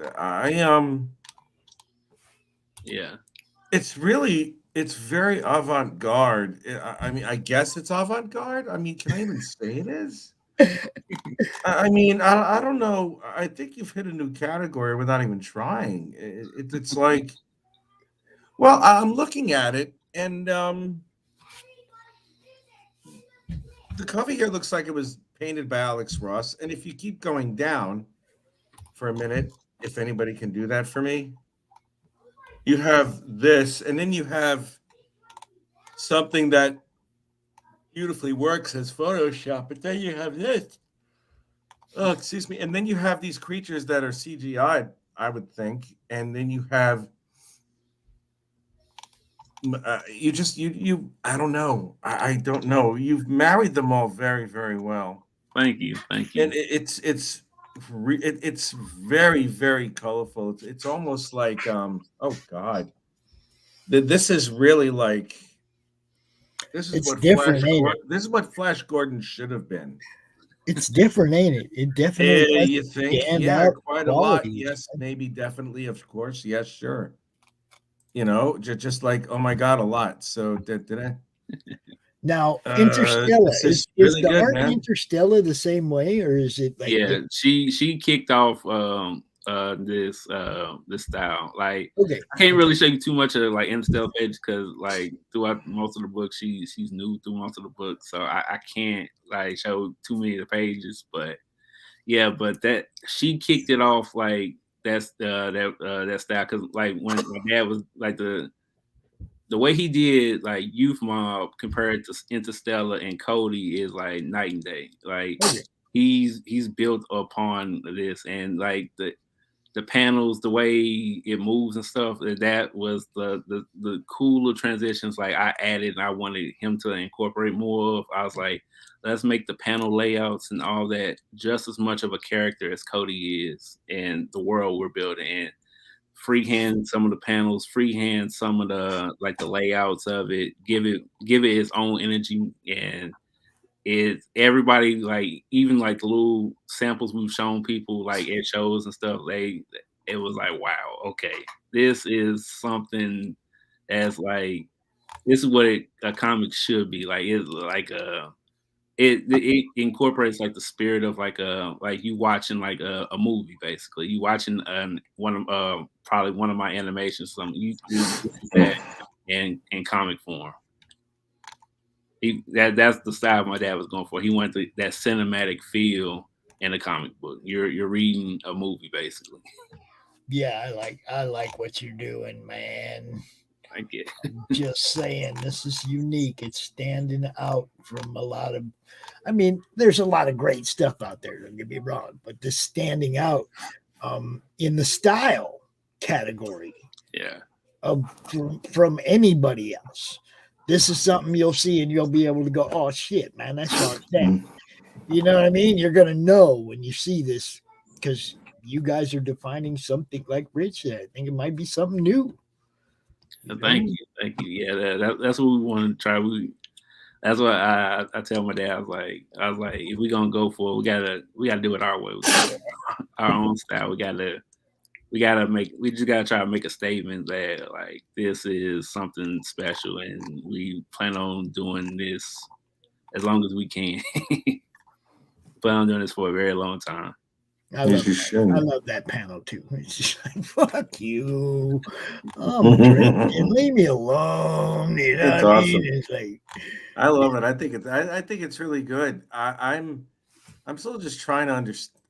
You know what? I think it's like oh God, I don't even know what to say. I mean, I'm looking at it. It's there's about really, like I said to you before, there's about 5 or 6 different graphic disciplines that are employed in this, and they all work. One looks like, I mean, you have something cinematic here, and then you change it here, and then you have this, and it looks like a painting, and then you have this, it looks like something from a cyberpunk shot. It's like I'm confused. But it's I feel awesome like I feel violated because I don't know what the hell I'm doing with it. It's like, my God, man. What have you done to me? I'm gonna throw this out here, Sean. I've never seen Rich speechless before. I've never seen him not be. It takes a while.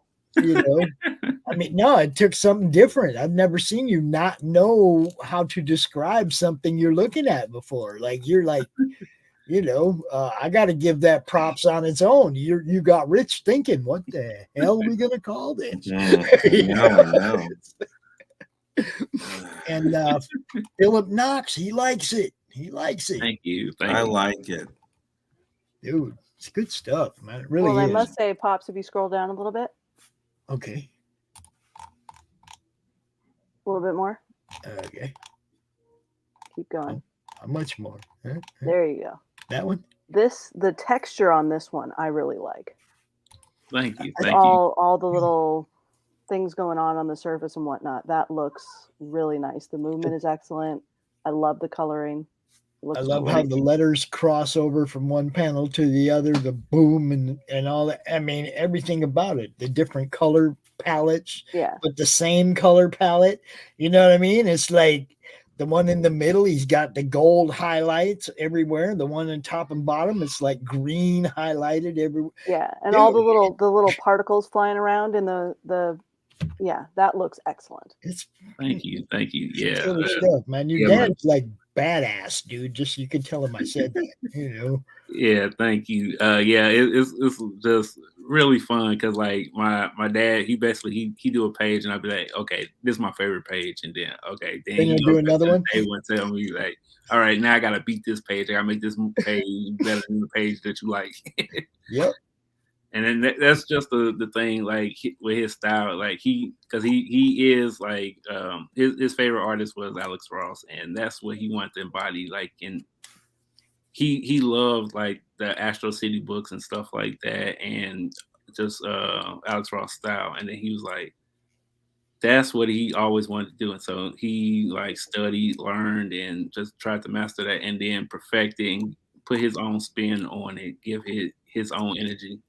And that's the uniqueness to his style that he wants to bring out, and that's what I wanted to do with it. And then my contribution basically was like give Cody like panels that stand out, like stuff like he has to like basically Cody has to jump from panel to panel. Basically, his panels have to feel alive with the style. Is like. That's what gives it that extra energy, that character feel to it. Like when every Cody book, like from this point on that we work on, it's gonna have this type of energy to it. It's the panel layouts. We pretty incredible. The same with the book, everything. How come that dude kind of looks like Kevin Hart? I'm just saying. He looks like Kevin Hart cussing out Will Smith. Hey, Without the fangs, of course, but you know. Yeah, it's just fun stuff we wanted to do, like with Cody. Cody is like, especially like with this story, is just Cody just hanging out. We showing you his world, what he sees on a daily basis, why he is the way he is, and then the story basically was he went for a drink and then he ran into this space alien pig like biker gang that wants to take Cody out, and then he's just taking care of business basically. He just said, "Fuck you." Yeah, and like them, we call them the Oinks. Basically, they are like the scum of the universe, basically. And Cody is the one thing in a way that constantly keeps them being disrespected and stuff like that. And each version of the Oinks is unredeemable. Basically, we want to make villains that you root for Cody to take out, and each time, because there's gonna be different versions of them, like more pig-like and stuff like that, and there are gonna be reoccurring characters throughout the whole series that you see that they want to take him out because he keeps disrespecting their race of pig-like aliens, and that's each time we gotta come up with cool ways for Cody to take. Cool. So there you have it, yo. Y'all got to go check this one out because this one is badass. I'm just saying. Let me drop that link. For you. Cody Valiant. Got it right here in the chat. You can go check it out yourselves. What up? There it is. What's up, Charles? How you doing? Yeah, you guys got to go check this one out because this is definitely a unique art style. That's all I'm going to say. You guys can name it. I'm going to call it a unique art style. We haven't seen this before, you know. It's like every panel almost has something different to bring. Even if it's the same, it has something different to bring. You know what I mean? It's like, yeah, I like this a lot. Good stuff. Good stuff, Sean. Thank you. All right, man. Pops, I'm gonna get going. It's 9:30. I have class late, but I have a lot of stuff I gotta do. So I'm gonna jet. Good luck, Sean. Katie, it's always a pleasure to see you. And at some point or another, I'm gonna when I get my new place, I'm gonna get a big wagon. Good luck on everything, all of you. And I'm gonna see you all again very, very soon. All right. Talk to you later, Rich. Peace out. Toodles. I'm gonna head out too. Okay. Thank y'all. Check out the Kickstarter. Everybody go check out Dragon Child. That one right there. Go check it out. Links are up here all over the place. Rich's YouTube, my YouTube, Twitch. They're all over the place. Go check all this stuff out, man. Thank you. Toodles, everybody. Bye, Katie. Bye. Now we still got one more guest. He's not here yet, but we got one more guest. We got Morgan Quaid's coming out here in a few minutes, and we'll talk about his campaign. But last minute, anything you want to tell the people? What's your hook, bro? What's the hook? The hook basically is this is the ultimate thrill ride of a lifetime with Cody. It's we're gonna call him the flagship of 3V Comics going forward. It's this type of energy, this type of action with Cody, and you haven't seen anything yet. This is just the ice. This is just the tip of the iceberg with Cody. We have like 6 books planned for him, and we just gonna keep building upon the energy that you feel right here with this book, and we're planning on being around for a very long time. Cool. I like it. Just that cover right there, you know, it kind of says it all. Everybody's after Cody. Yep. So this one has how many days left? What do we got left? 25 days or something? 24 days? 24 days. Yeah.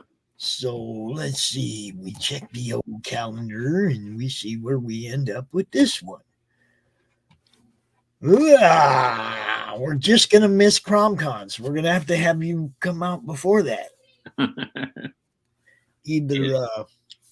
either on the Monday Madness or the Tuesday Morning Brew or Doc's Coffee Shop that weekend or that week on Thursday, something. You get with me, get on one of these shows that week before it ends. Sweet. You know. Yeah, this is just this is the first 30 days basically. Once we cross over, that's right, Indiegogo. That's right. Either way, we got to get out here. Since you got 60 days, let's make it 3-4 times that we see you before it's over, right? Yep. All right, brother. RJ, all you guys watching, you know what to do. Hit Sean up, get him on your shows. Sweet. Thank you so much. You too, Phil. I don't know if you know Mr. Morgan Quaid or not, but he's our next guest, and he has a whole bunch of books that he's done over the last few years. So that's why I had to have him come last, because I knew he was going to have more content than we'd be able to get in on 30 minutes. So welcome to the show, Morgan. It's good to see you. Thank you, sir. Good to see you too, Pops. Good to meet you, Sean. Nice to see you. Yeah, what time is it there? What time is it? 6:30 in the AM. And I have been up for 2.5 hours. So I'm all right. At least we didn't well and truly awake. Welcome to the show. Welcome to the madness, as usual. Thanks, man. Man, go ahead. Tell everybody a little bit about who you are. Well, let me start. All them intros that you see on our network, the madness, Monday Madness, all that, the music, our theme music, all that came from that guy right there. Okay. Now you may introduce yourself. Go ahead. Thank you. Yes, so my name is Morgan Quaid. I'm a writer of comics and novels and screenplays and anything with words. So I've got a bunch of comics, all that sort of stuff. If you want to find out more about me, you can go to morganquaid.com. It's nice and easy. It's all there. Or just stalk me on the internets, because I'm not shy. My stuff is everywhere. Don't tell people to stalk you, bro. Don't. Well, maybe not stalk. Maybe approach in a kindly way and offer me money. Throw me money. That would be great. Yeah, there you go. Why not? Don't stalk That's a me. better Throw way to do money it. at me. That's Yeah. So you can go check out right there, morganquaid.com. Now, you got books, and you've been doing books for a while. What is this? How many campaigns you got? This is your sixth? Sixth on the Kickstarter, yes. Right. Yeah, so this one is number 6. It's the second one in this series for a book called Enmity, which is about a 16-year-old girl wandering through the post-apocalyptic world looking for her deadbeat dad, who happens to also be Lucifer. This one drove me nuts. Enmity. Oh, good. I kept thinking enmity. Yeah, like I know. Enemy, right? It never came to me. Enmity. It was like always the M would come first, and I'd type it into my YouTube or type it into my address bar, and nothing happened. Yeah, I'm a bit cruel with that. I could have called it anything, and then I went with something that even I have trouble spelling. But once it's done, it's done. You can't unwind it. So I mean, I got it now, but like for that first week when I was trying to share it when you first launched, and it was like every time I had to type it in twice. Every single time. It was like, man. Yeah, that's exactly what it's like. Alien. The Alien book is there's an alien in my toilet, number 3. The name of the little character is Duty. He's from Uranus. Sam's book. Sam's book is Duty from Uranus. You'll really like that stuff. I'm serious. Get all 3. Great kid. Actually, there's a tier on that has 5 books, like for $40 or something, or $50. 5 books in there. There's a sketchbook for the kids, adventure book for the kids, and all 3 covers of the. Dude, that's great. You guys are thinking. Make it a deal, man. Make it so that people are getting, their money's worth, man. Throw extra stuff at them. That's what it's all about. 100 backers, Morgan.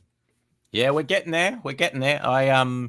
I did a deal with the Australian government to lower our exchange rate so far that all of my US backers get such a good deal because our exchange rate is terrible at the moment. So you guys are like getting things for half the price of what they should It's be. crazy, isn't it? Which is great. I don't know what's happening with the world economy, man. It's like you can't count on anything anymore. Chris had pre-sold a whole bunch of his games in the UK, and the shipping at the time was like $40. And when it came time to ship it, it was $140 or $180 or some stupid crap like that. And it was like he ate it. $3,500 in shipping. He ate it. Yeah. You know, it's like that's rough, man. That's really rough. There's a lot of like, you know, I don't know. Some of it is shady. You know, some of it's shady, like the way they mess with the way they manipulate currencies and the value of currencies. Some of that's really shady because, you know, come on. Yeah, there's some black magic stuff going on there or something, something weird. Yeah, well, I tried to get around that. So I've got a US printer and an Australian printer, but that doesn't help the folks in the UK. You know, so there's still, unless you have someone doing printing and fulfillment in every country, it's really, really tough. And you just don't know what the policy is going to be. Have you talked to RJ yet? Not yet. Because does he do the UK? I need he's someone got in that. the UK. Well, I mean, he's fulfilling 4 UK people and shipping out to the UK. I'm pretty sure, he has somebody there that's handling it there. I think he's got somebody now in Australia. I mean, RJ's he's making it happen, man. You know, go ahead and talk to him. You know, the next time you're doing a campaign, just feel him out. Ask him, you know, what's it cost you to partake of his logistics and fulfillment, because it's definitely worth it. Everybody that I know, Rini from Fiendish, she got RJ handling her second book.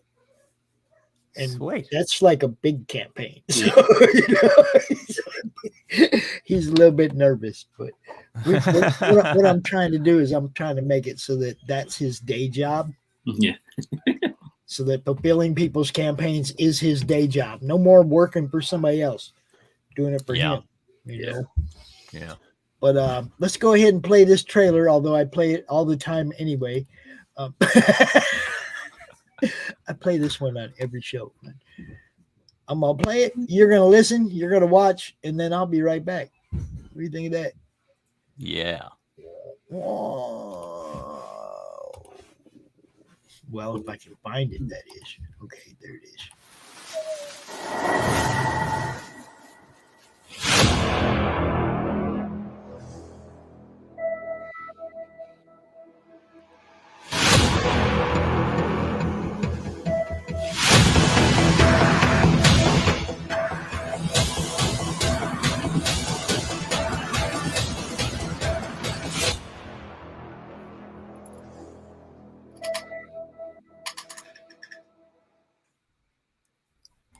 Just like that.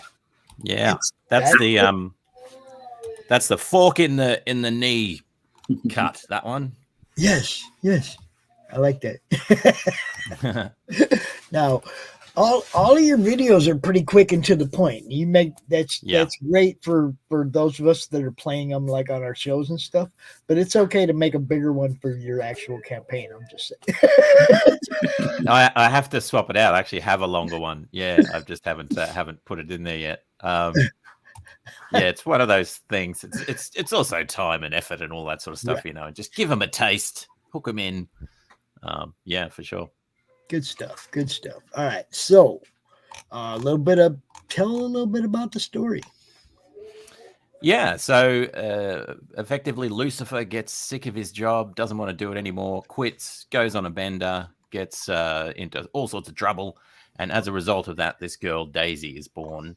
And then this story takes place 16 years after that has happened and after the apocalypse is hit as a result of Lucifer no longer wanting to do his job. So it turns out he's actually quite important. And with him not doing that, it causes some issues. So we pick up with Daisy. This is issue 2. So issue 1 is really introducing her and her sort of traveling around, and you get the feeling that something is hunting her, trying to track her down. And in the second story, yes, there's more than one person or creature hunting her, and they're effectively after her blood because they realize before she does that she is the daughter of Lucifer, which makes her powerful and important and all that sort of stuff. And there's one of the dudes that's chasing her is a guy named Magnus, who is basically a fallen angel, or what we call the Forsaken. And there's another dude, the dude whose hand he's holding is a creepy guy. I think Shrike is his name. And he's just covered in bugs and critters and stuff that sort of worm their way through his body and all that sort of stuff. And he actually uses bugs like spies. So he sends them off and then they see stuff and then they come back and then he eats them. And that's how he kind of gets his knowledge of stuff. Gross, but also a bit fun. All right. Sean, that question was actually for you. It wasn't about duty. Charles wanted to know what you call those the gang that's going after Cody Valiant. What's that race called? Or the race is basically, it's called the Oinks. It was a play on just pigs basically. They come from like the planet Pen, basically. they're from the planet Pen. Yep. See, you guys, come on, man, that's good stuff. The Oinks from planet Pen. Yep. Duty from Uranus. It's everywhere, man. It's everywhere. All right. So, in your characters here, you have this little dog. Yes. Whose name I can't ever remember. So he's a little puggy type little character. He pops up at the end of issue 1 and then issue 2. So he's kind of a companion for the Daisy character that just gets left in a car that she takes ownership of. And then from there on, they're best friends. And I love it because when I was talking to the artist about the dog, he was sort of saying, oh, do you want like a German Shepherd or something like that would survive really well in the apocalypse? And I said, no. Make it one of those stupidly small dogs that just would not survive on their own at all. But somehow this little guy's survived. And that's because that's funnier if you've got, there's just all sorts of chaos going on and you've got this little guy running along behind Daisy. There are a whole bunch of dog breeds that would disappear if it wasn't for humans. Yeah, exactly. They would be gone in a second.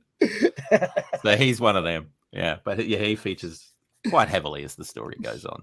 Little guy. I think his name is Pup. I think it's a very unimaginable name. Yeah, Pup. You got Pup. You got Crow. Of course, you have Lucifer. Yeah. Daisy, Lucifer's daughter. Forsaken. What's Forsaken?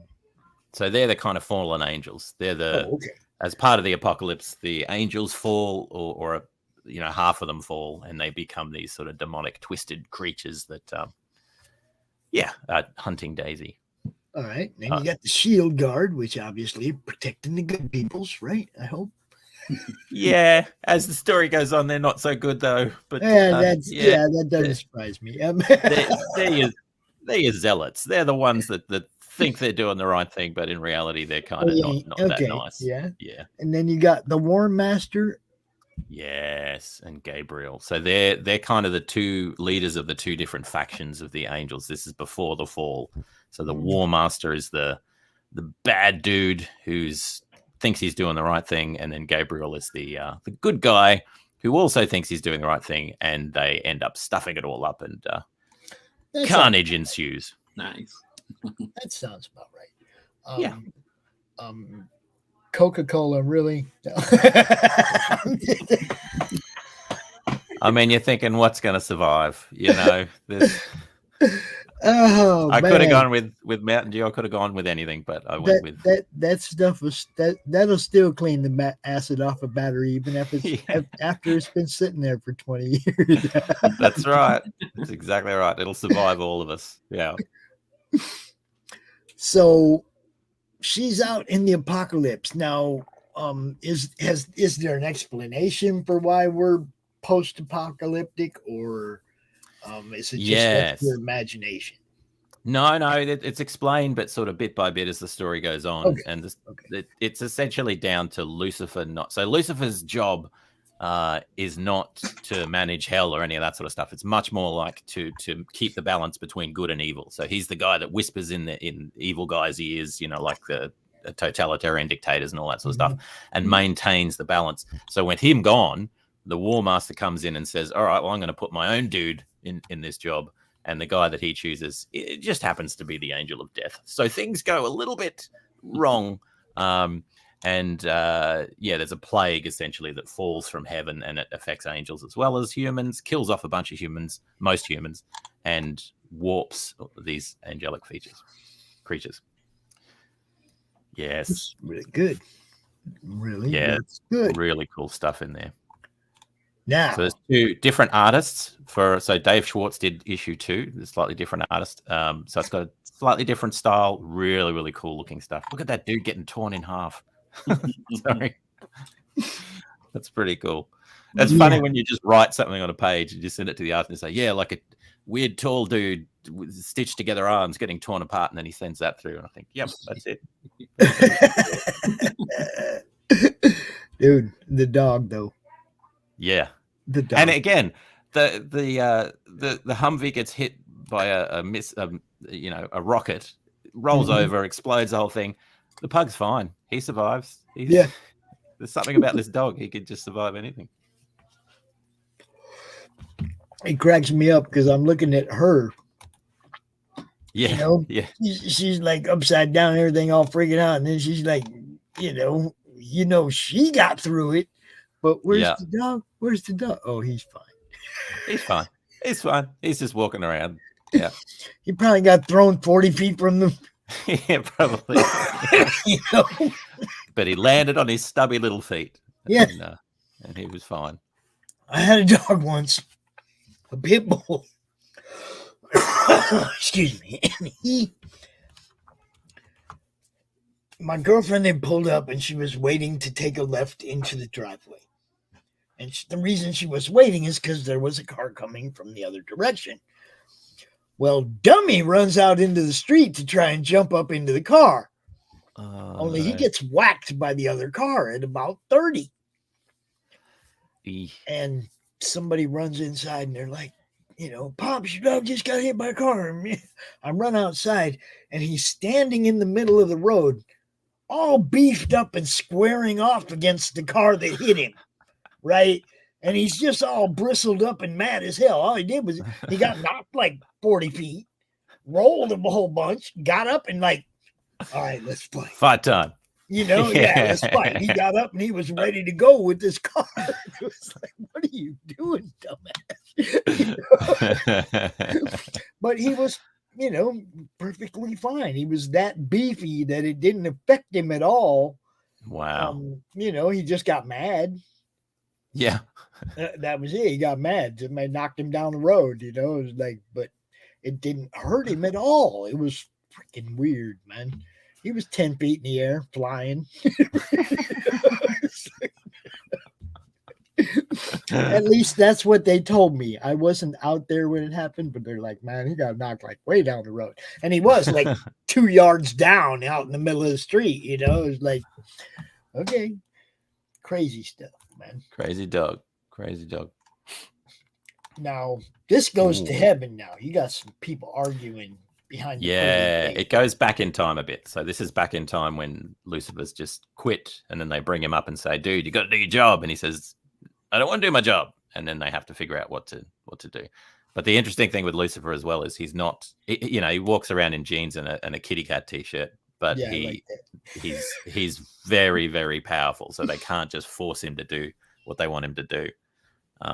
It's pretty cool. I love that. The heaven stuff that Dave did as well. It looks really, really cool. Yeah, it looks like the little arguments behind the pearly gates. Yeah, man. It's not all, cucumber sandwiches and peanut bites or whatever. And this is the other artist, right? Kira Burns. Yeah, so this is a spin-off, a black and white spin-off graphic novel about a girl named Kira. So you learn as the story goes on that Daisy isn't the only one that is the daughter of Lucifer, that there are others out there and they're connected. And so this is kind of Kira's story. It's a little bit more of a her on her own getting captured by this cult group, post-apocalyptic cult group. and her trying to find her way out of the situation. Her deal is, as the title suggests, fire. So she has fire that sort of spontaneously comes out of her, but she doesn't quite know where it came from or any of that sort of stuff yet. She also has dreams about basically the other girls that are all connected. So she's the one that's kind of starting to think, hang on, there's more of us. What it might be. Yeah, fire and such. Oh, well, who's that dude? So that dude is called the Cloven, who is so he's one of the Forsaken, one of the demon sort of characters. It's got more of a manga sort of vibe, but that's what he is. So he is comprised of more than one individual, if that makes sense. It's almost as though a few angels were fused together, and he devours the souls of people to keep himself alive and all that sort of stuff. And that's cool. So that's the big enemy in the thing. No, right. Yeah, the artist did an amazing job on that dude. And then there's Crow, which is a short spin-off, so the crows that feature quite heavily in the story, they're not just crows. And this is the story of a fallen angel who actually inhabits the body of the crow to survive, but also, spy on people and find stuff out. So in the issue 1 where Daisy kills a crow, you're just thinking, oh, that's a bit of fun. She's just getting her breakfast. But it turns out there's a little bit more going on. So that's a little bit of the crow story there. Beautiful. Beautiful stuff. Yeah. And then Raven running. So how many stories is in this thing? So there's 4 issues and 1 graphic novel. Okay. So this is another one of the daughters that is. So she actually comes in at the close of issue 2, this Raven character. She's pretty cool. She's one of my favorites because she doesn't say much. She carries a crossbow, and her main gift, she doesn't call fire or magic or any of that sort of stuff. She just seems basically indestructible. She gets shot and she just takes it and just keeps going. And she, more than any of the others, I think, really, focuses in on what we got to do and where we got to go and all that sort of end of the world sort of stuff. Yeah, she's pretty cool though. And that guy's called Dragon, the guy that's chasing her, that big dude on the top right.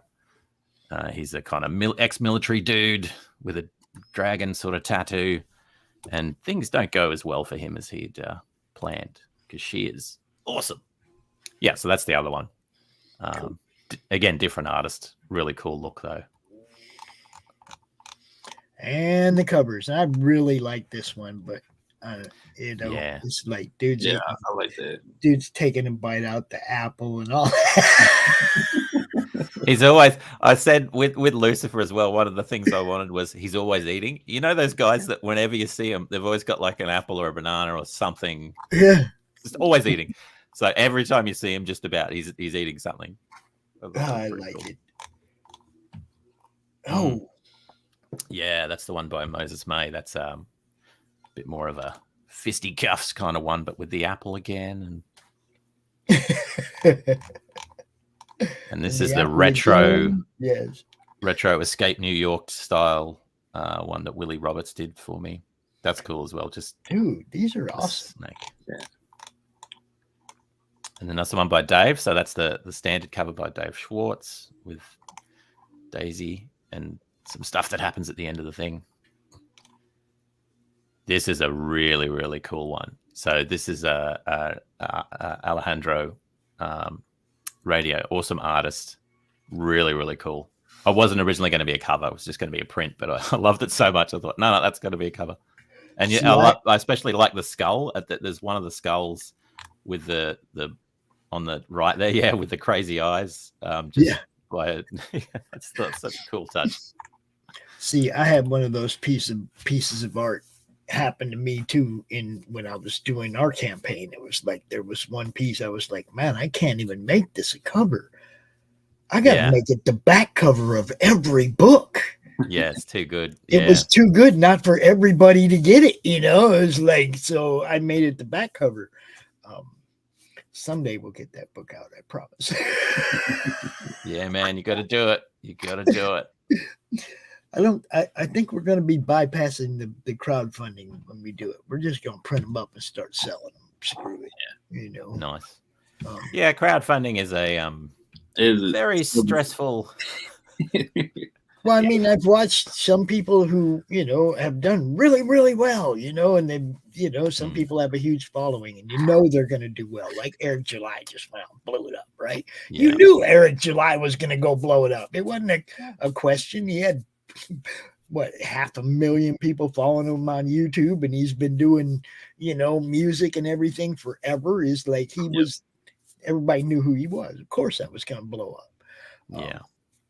The normal person doesn't have, a huge marketing conglomerate or any of that behind them, and they got to go out and they got to put in the work. Yeah, that's it. I look at like Adam Watson out there on the West Coast, and he's putting people's books in spinner racks, in dispensaries, in different types of places all up the West Coast, right? And I'm like, yeah. That's what we need to do, is we need to get people that are willing to put in the work and put these books back in places where people are going to see them. Right. Sure, in dispensaries, you're going to want your adult books and your party books, your Cromniverse books, stuff like that, where there's weed and stuff involved. Yeah, you want to sell that in a dispensary. It's not going to. Come on, Kickstarter don't care. Yeah, you gotta be creative. You gotta think outside the box. Yeah, you gotta put it where the fans that are gonna want that are gonna see it. Yep. So always trying to think of different ways to market this stuff. The roadshow, that's another one. When you guys put retail tiers up, that's a good thing, because as we move forward, we're going to be snatching up retail tiers from a lot of these campaigns, so we can put them on our table to sell at the cons that we go to. Yeah. Get more of your books in hand and get them seen all the different places we go next year. Yeah. Not just in Texas, not just in Australia, the shows you go to, Morgan. But wouldn't it be great if you had your books being sold at a dozen different cons in America next year? Yeah. Yeah. I mean, on tables where people walk by can pick them up and leave with. You see what I'm saying? That's way different than Kickstarter and wait. Yeah. Kickstarter and hope. It's like, so when you put them retail tiers up, everybody who's doing that, as I move forward, I'm going to be snatching them things up, because I'm going to need stuff to sell at my tables. Yep. When I go to cons, I got to have some way to make money, because, I'm got to be some way to make money off what I'm doing. I'm still going to be doing my show, but we're going to have a vendor table. We're going to have Chris, the game developer from Laughing Rogue, that guy, he'll be there selling games and doing demos. We'll have a road show that's worthy of taking the time to stop by the tables. When you walk by at a con, you're going to be like, damn, they got that, and they got that, and they got that, and they got that. And you see what I mean? That's what you got to do. Like with Katie, she has her set up with her books, but man, she has that huge tree that has all these dragons hanging on it. And that's an eye catcher for people walking by, right? Now, what the heck is that? And they go look, and then they see books, and you gotta have that kind of eye candy available. Yeah. We go to the cons, you guys' books is going to be what we're trying to sell as well as promote.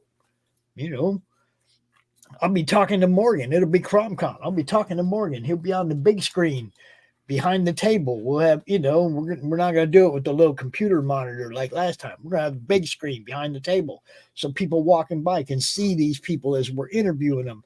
There's going to be Morgan. We're going to be talking to Morgan, and people are going to be like, how did I get his book? I got some right here. Yeah, that's a You good see way to what do I'm it. saying? It's going to be like instant live, action sales. It's still going to be an online con. So, I mean, we're going to introduce all these people that are online in different places around the country and around the world to the people that are walking by the table. They don't know about Morgan Quaid or Sean Frye, but they will. They walk by our table, they're gonna. You see what I'm saying? That's what I'm trying to build. As a matter of fact, we're going through with the LLC right now so that I can start considering some of this research, write a little bit of it off, and still pick up, like write off one of them retail copies as research and have the other ones to sell. You know what I mean? Or write a little bit of it off and do what we can, man, to go forward and build this network into something huge. God, I think Roland from Silverline's going to be bringing all his shows over to the Madness Comic Network. And, you know, I mean, dude, I'm trying to make this thing grow in 80 directions at once. If I get sidetracked, just smack me in the head. I'll come back to it. And yeah, Morgan, got lots of work for you, man. Did you get that one video done I asked about? I'll have to go and look now. I'll have to go and look. The one where I just wanted you to switch out the 2 graphics. I'll get it done today. There we go. No rush, bro. No I'll rush. shoot it. I did let that one slip. I just noticed it wasn't in my email box yet. But yeah, a lot of people come to me, Morgan, asking for intros and trailers and stuff like that. And it's like, I want to say your name every time, but I don't want to offer you doing work that you ain't necessarily trying to do, or what, you know what I mean? It's like, it's a fine line to walk between, do you have an avenue of making money doing that? I do. It is probably the smallest avenue of all of the avenues that I have. I mean, but I if don't I mind send it. people your way, you can make a little money off that, right? It's not like, Yeah, and feel free to send them my way. If I'm too busy or you know I'm not interested, I'll just say, oh look, you know, just not at the moment. But yeah, by and large, I'm happy to help out with people, and it's very I can do it relatively quickly, and I can work within a very small budget. So yeah, happy to do that. I don't expect you to do anything for everybody for free. Just remember that. It's like if I send them your way, it's not like I told them, hey man, Morgan will do it for you for nothing. You know? Yeah. Now, if it's one of my team, they're probably talking for me though. I'm just saying, you know. Yeah. Like if Doc comes to you and says, hey man, can you help me with this? He's doing it for the or for the group, you know. It's not of course, personal, of course. You know. Yeah, no, happy to help, dude. Happy to help. Send them my way. Definitely appreciate you, man. So this one is, let's see, where are we at? 100 backers. We need more backers. Yeah. More backers, but it is well past funded. You've already printed these, or are these going to print right after? How's that working? They're going to print right after, so I'm just waiting on the final lettering to get done on the Raven running book. All the rest are done and ready. So yeah, once it's done, surveys, and then off to the printer straight away, pretty much. Nice. It's good stuff. Now I also have a little announcement to make. Kickstarter, sometimes you really make me mad. Everybody knows that I have an issue with crowdfunders and crowdfunding in the first place. But when I do pledge to get a book and then you tell me that my card ain't no good, when I have money on my card, I want to crawl through the internet cables and rip somebody's throat out. I'm tired of you guys messing with what I'm trying to do. Yeah. I backed Doran's book. Yeah, I got the money on the card. No, authenticate the card. Okay, I authenticated the card. Nope, we won't take your card. Yeah. Now, I want a lot of you people to understand, sometimes it ain't us withdrawing our pledges. Sometimes these pricks don't take our cards. You know, so Doran, if you're watching, get with me later. I'll PayPal you some money or whatever we got to do, but I didn't withdraw my pledge. They won't take me freaking card. You know what I mean? So sometimes they take it, sometimes they won't. It's Canada. I'll bet it's Canada. I'm gonna blame it on Canada. But yeah, I mean, like I think the Netherlands won't take my card on Indiegogo. Right? I mean, there's weird different country rules and look, I'm not getting a card for every country. Screw you guys.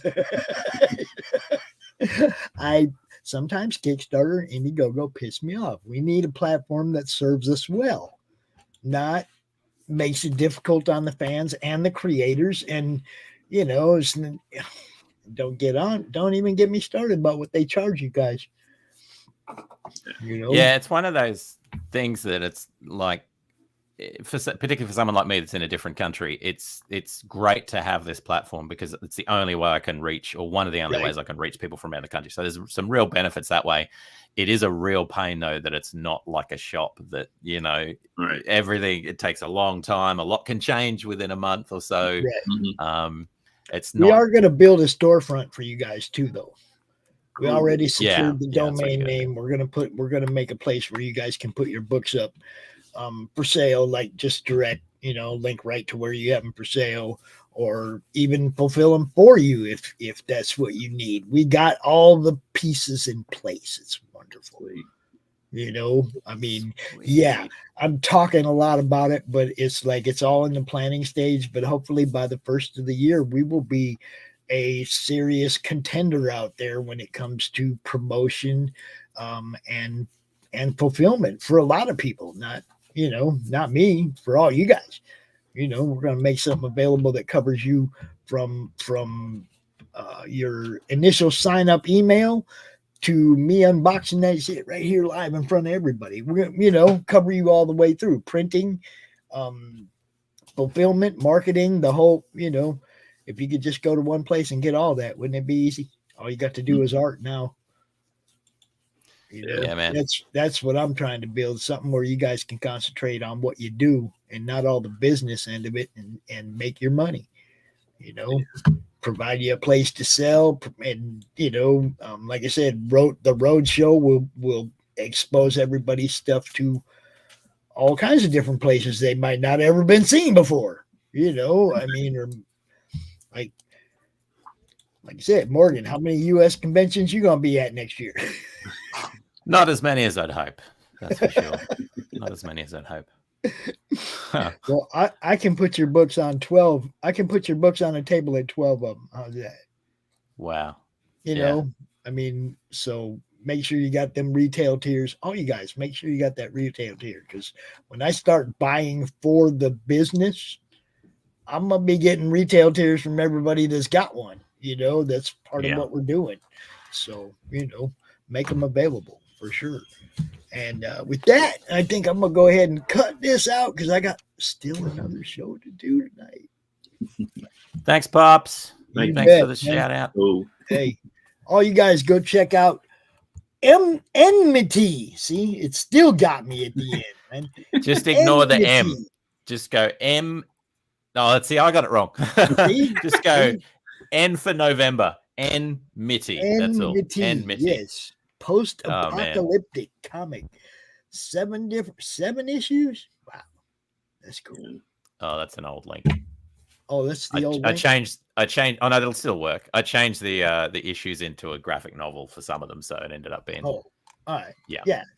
4 of them are into. But it's a bunch. It's a bunch of stuff. A bunch of cool stuff, man. Yeah, man. Just look at that. That should tell you everything you need to know right there. You guys, appreciate you coming out. Morgan, you got a big, long day ahead of you.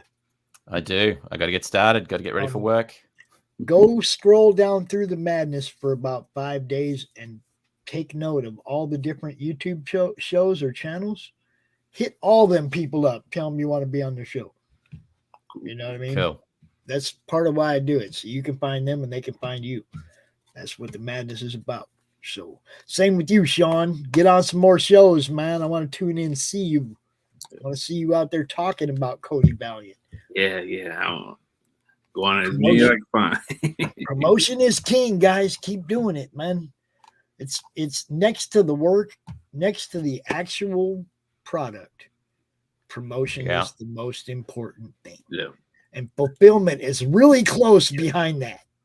Exactly. Really, really close behind that. Okay. You got to get it seen for people to buy it, but then you got to put it in their hands in good condition too. So, yeah, you know, you guys have a great day. Thank you everybody for watching. I'm going to play, I don't know, a couple more ads on the way out. Who do we got? Who can we play? We can play. Oh, well, we can play Nita's Channel Crawl. There's a network you can talk to, Morgan, Sean. You know what's up over there at Raging Promotions, Raging 2. Get on a couple of these shows.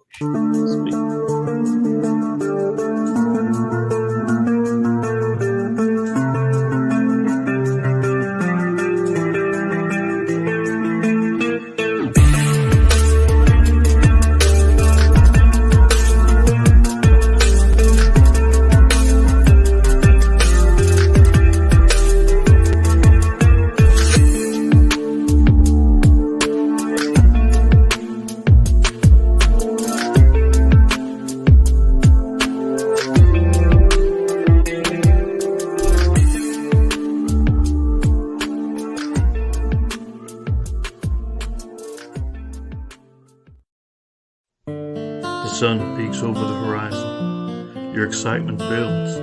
The animals in the field start to stir. The forest comes alive with sounds. The sunlight glimmers off the lake, and the mountains start to shed their morning fog. So load up your favorite ammo, grab a few buddies, and head out to make some memories. And tell the rest of the world that you've gone hunting. Gone hunting is a 1 to 4 player game of family fun where you build a unique hunting ground, scout different animals, buy weapons and gear, and roll dice to hunt. Complete objectives and try not to miss. So let's load up the truck and back gone hunting today. See you in the field.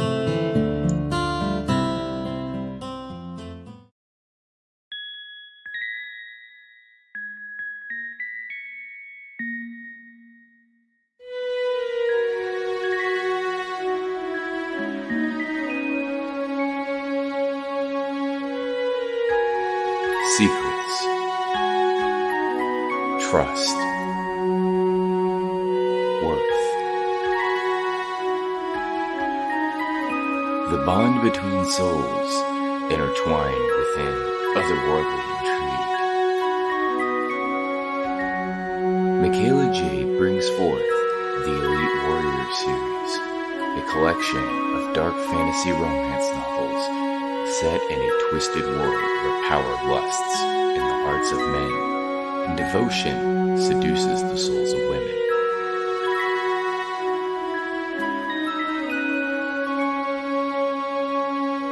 Warrior's Secret, Warrior's Trust, and Warrior's Worth. Available now at authormichaelajade.com.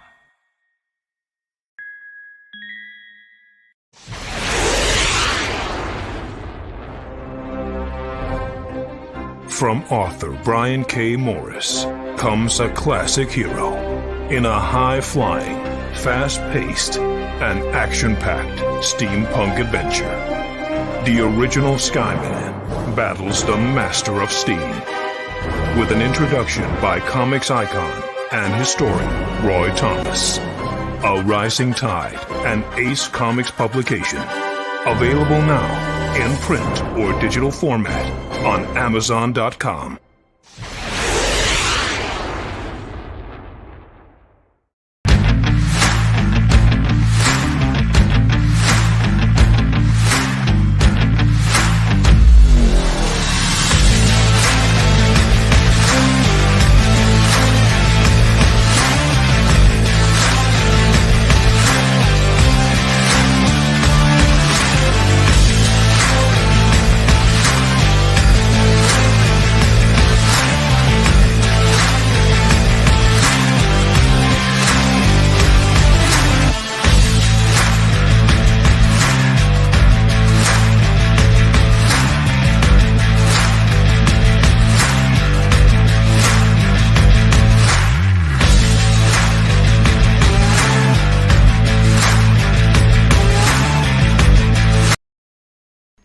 How do you end this thing? How do you put the where's the brakes on this bus? I forgot. Jazz hands. Jazz hands are great.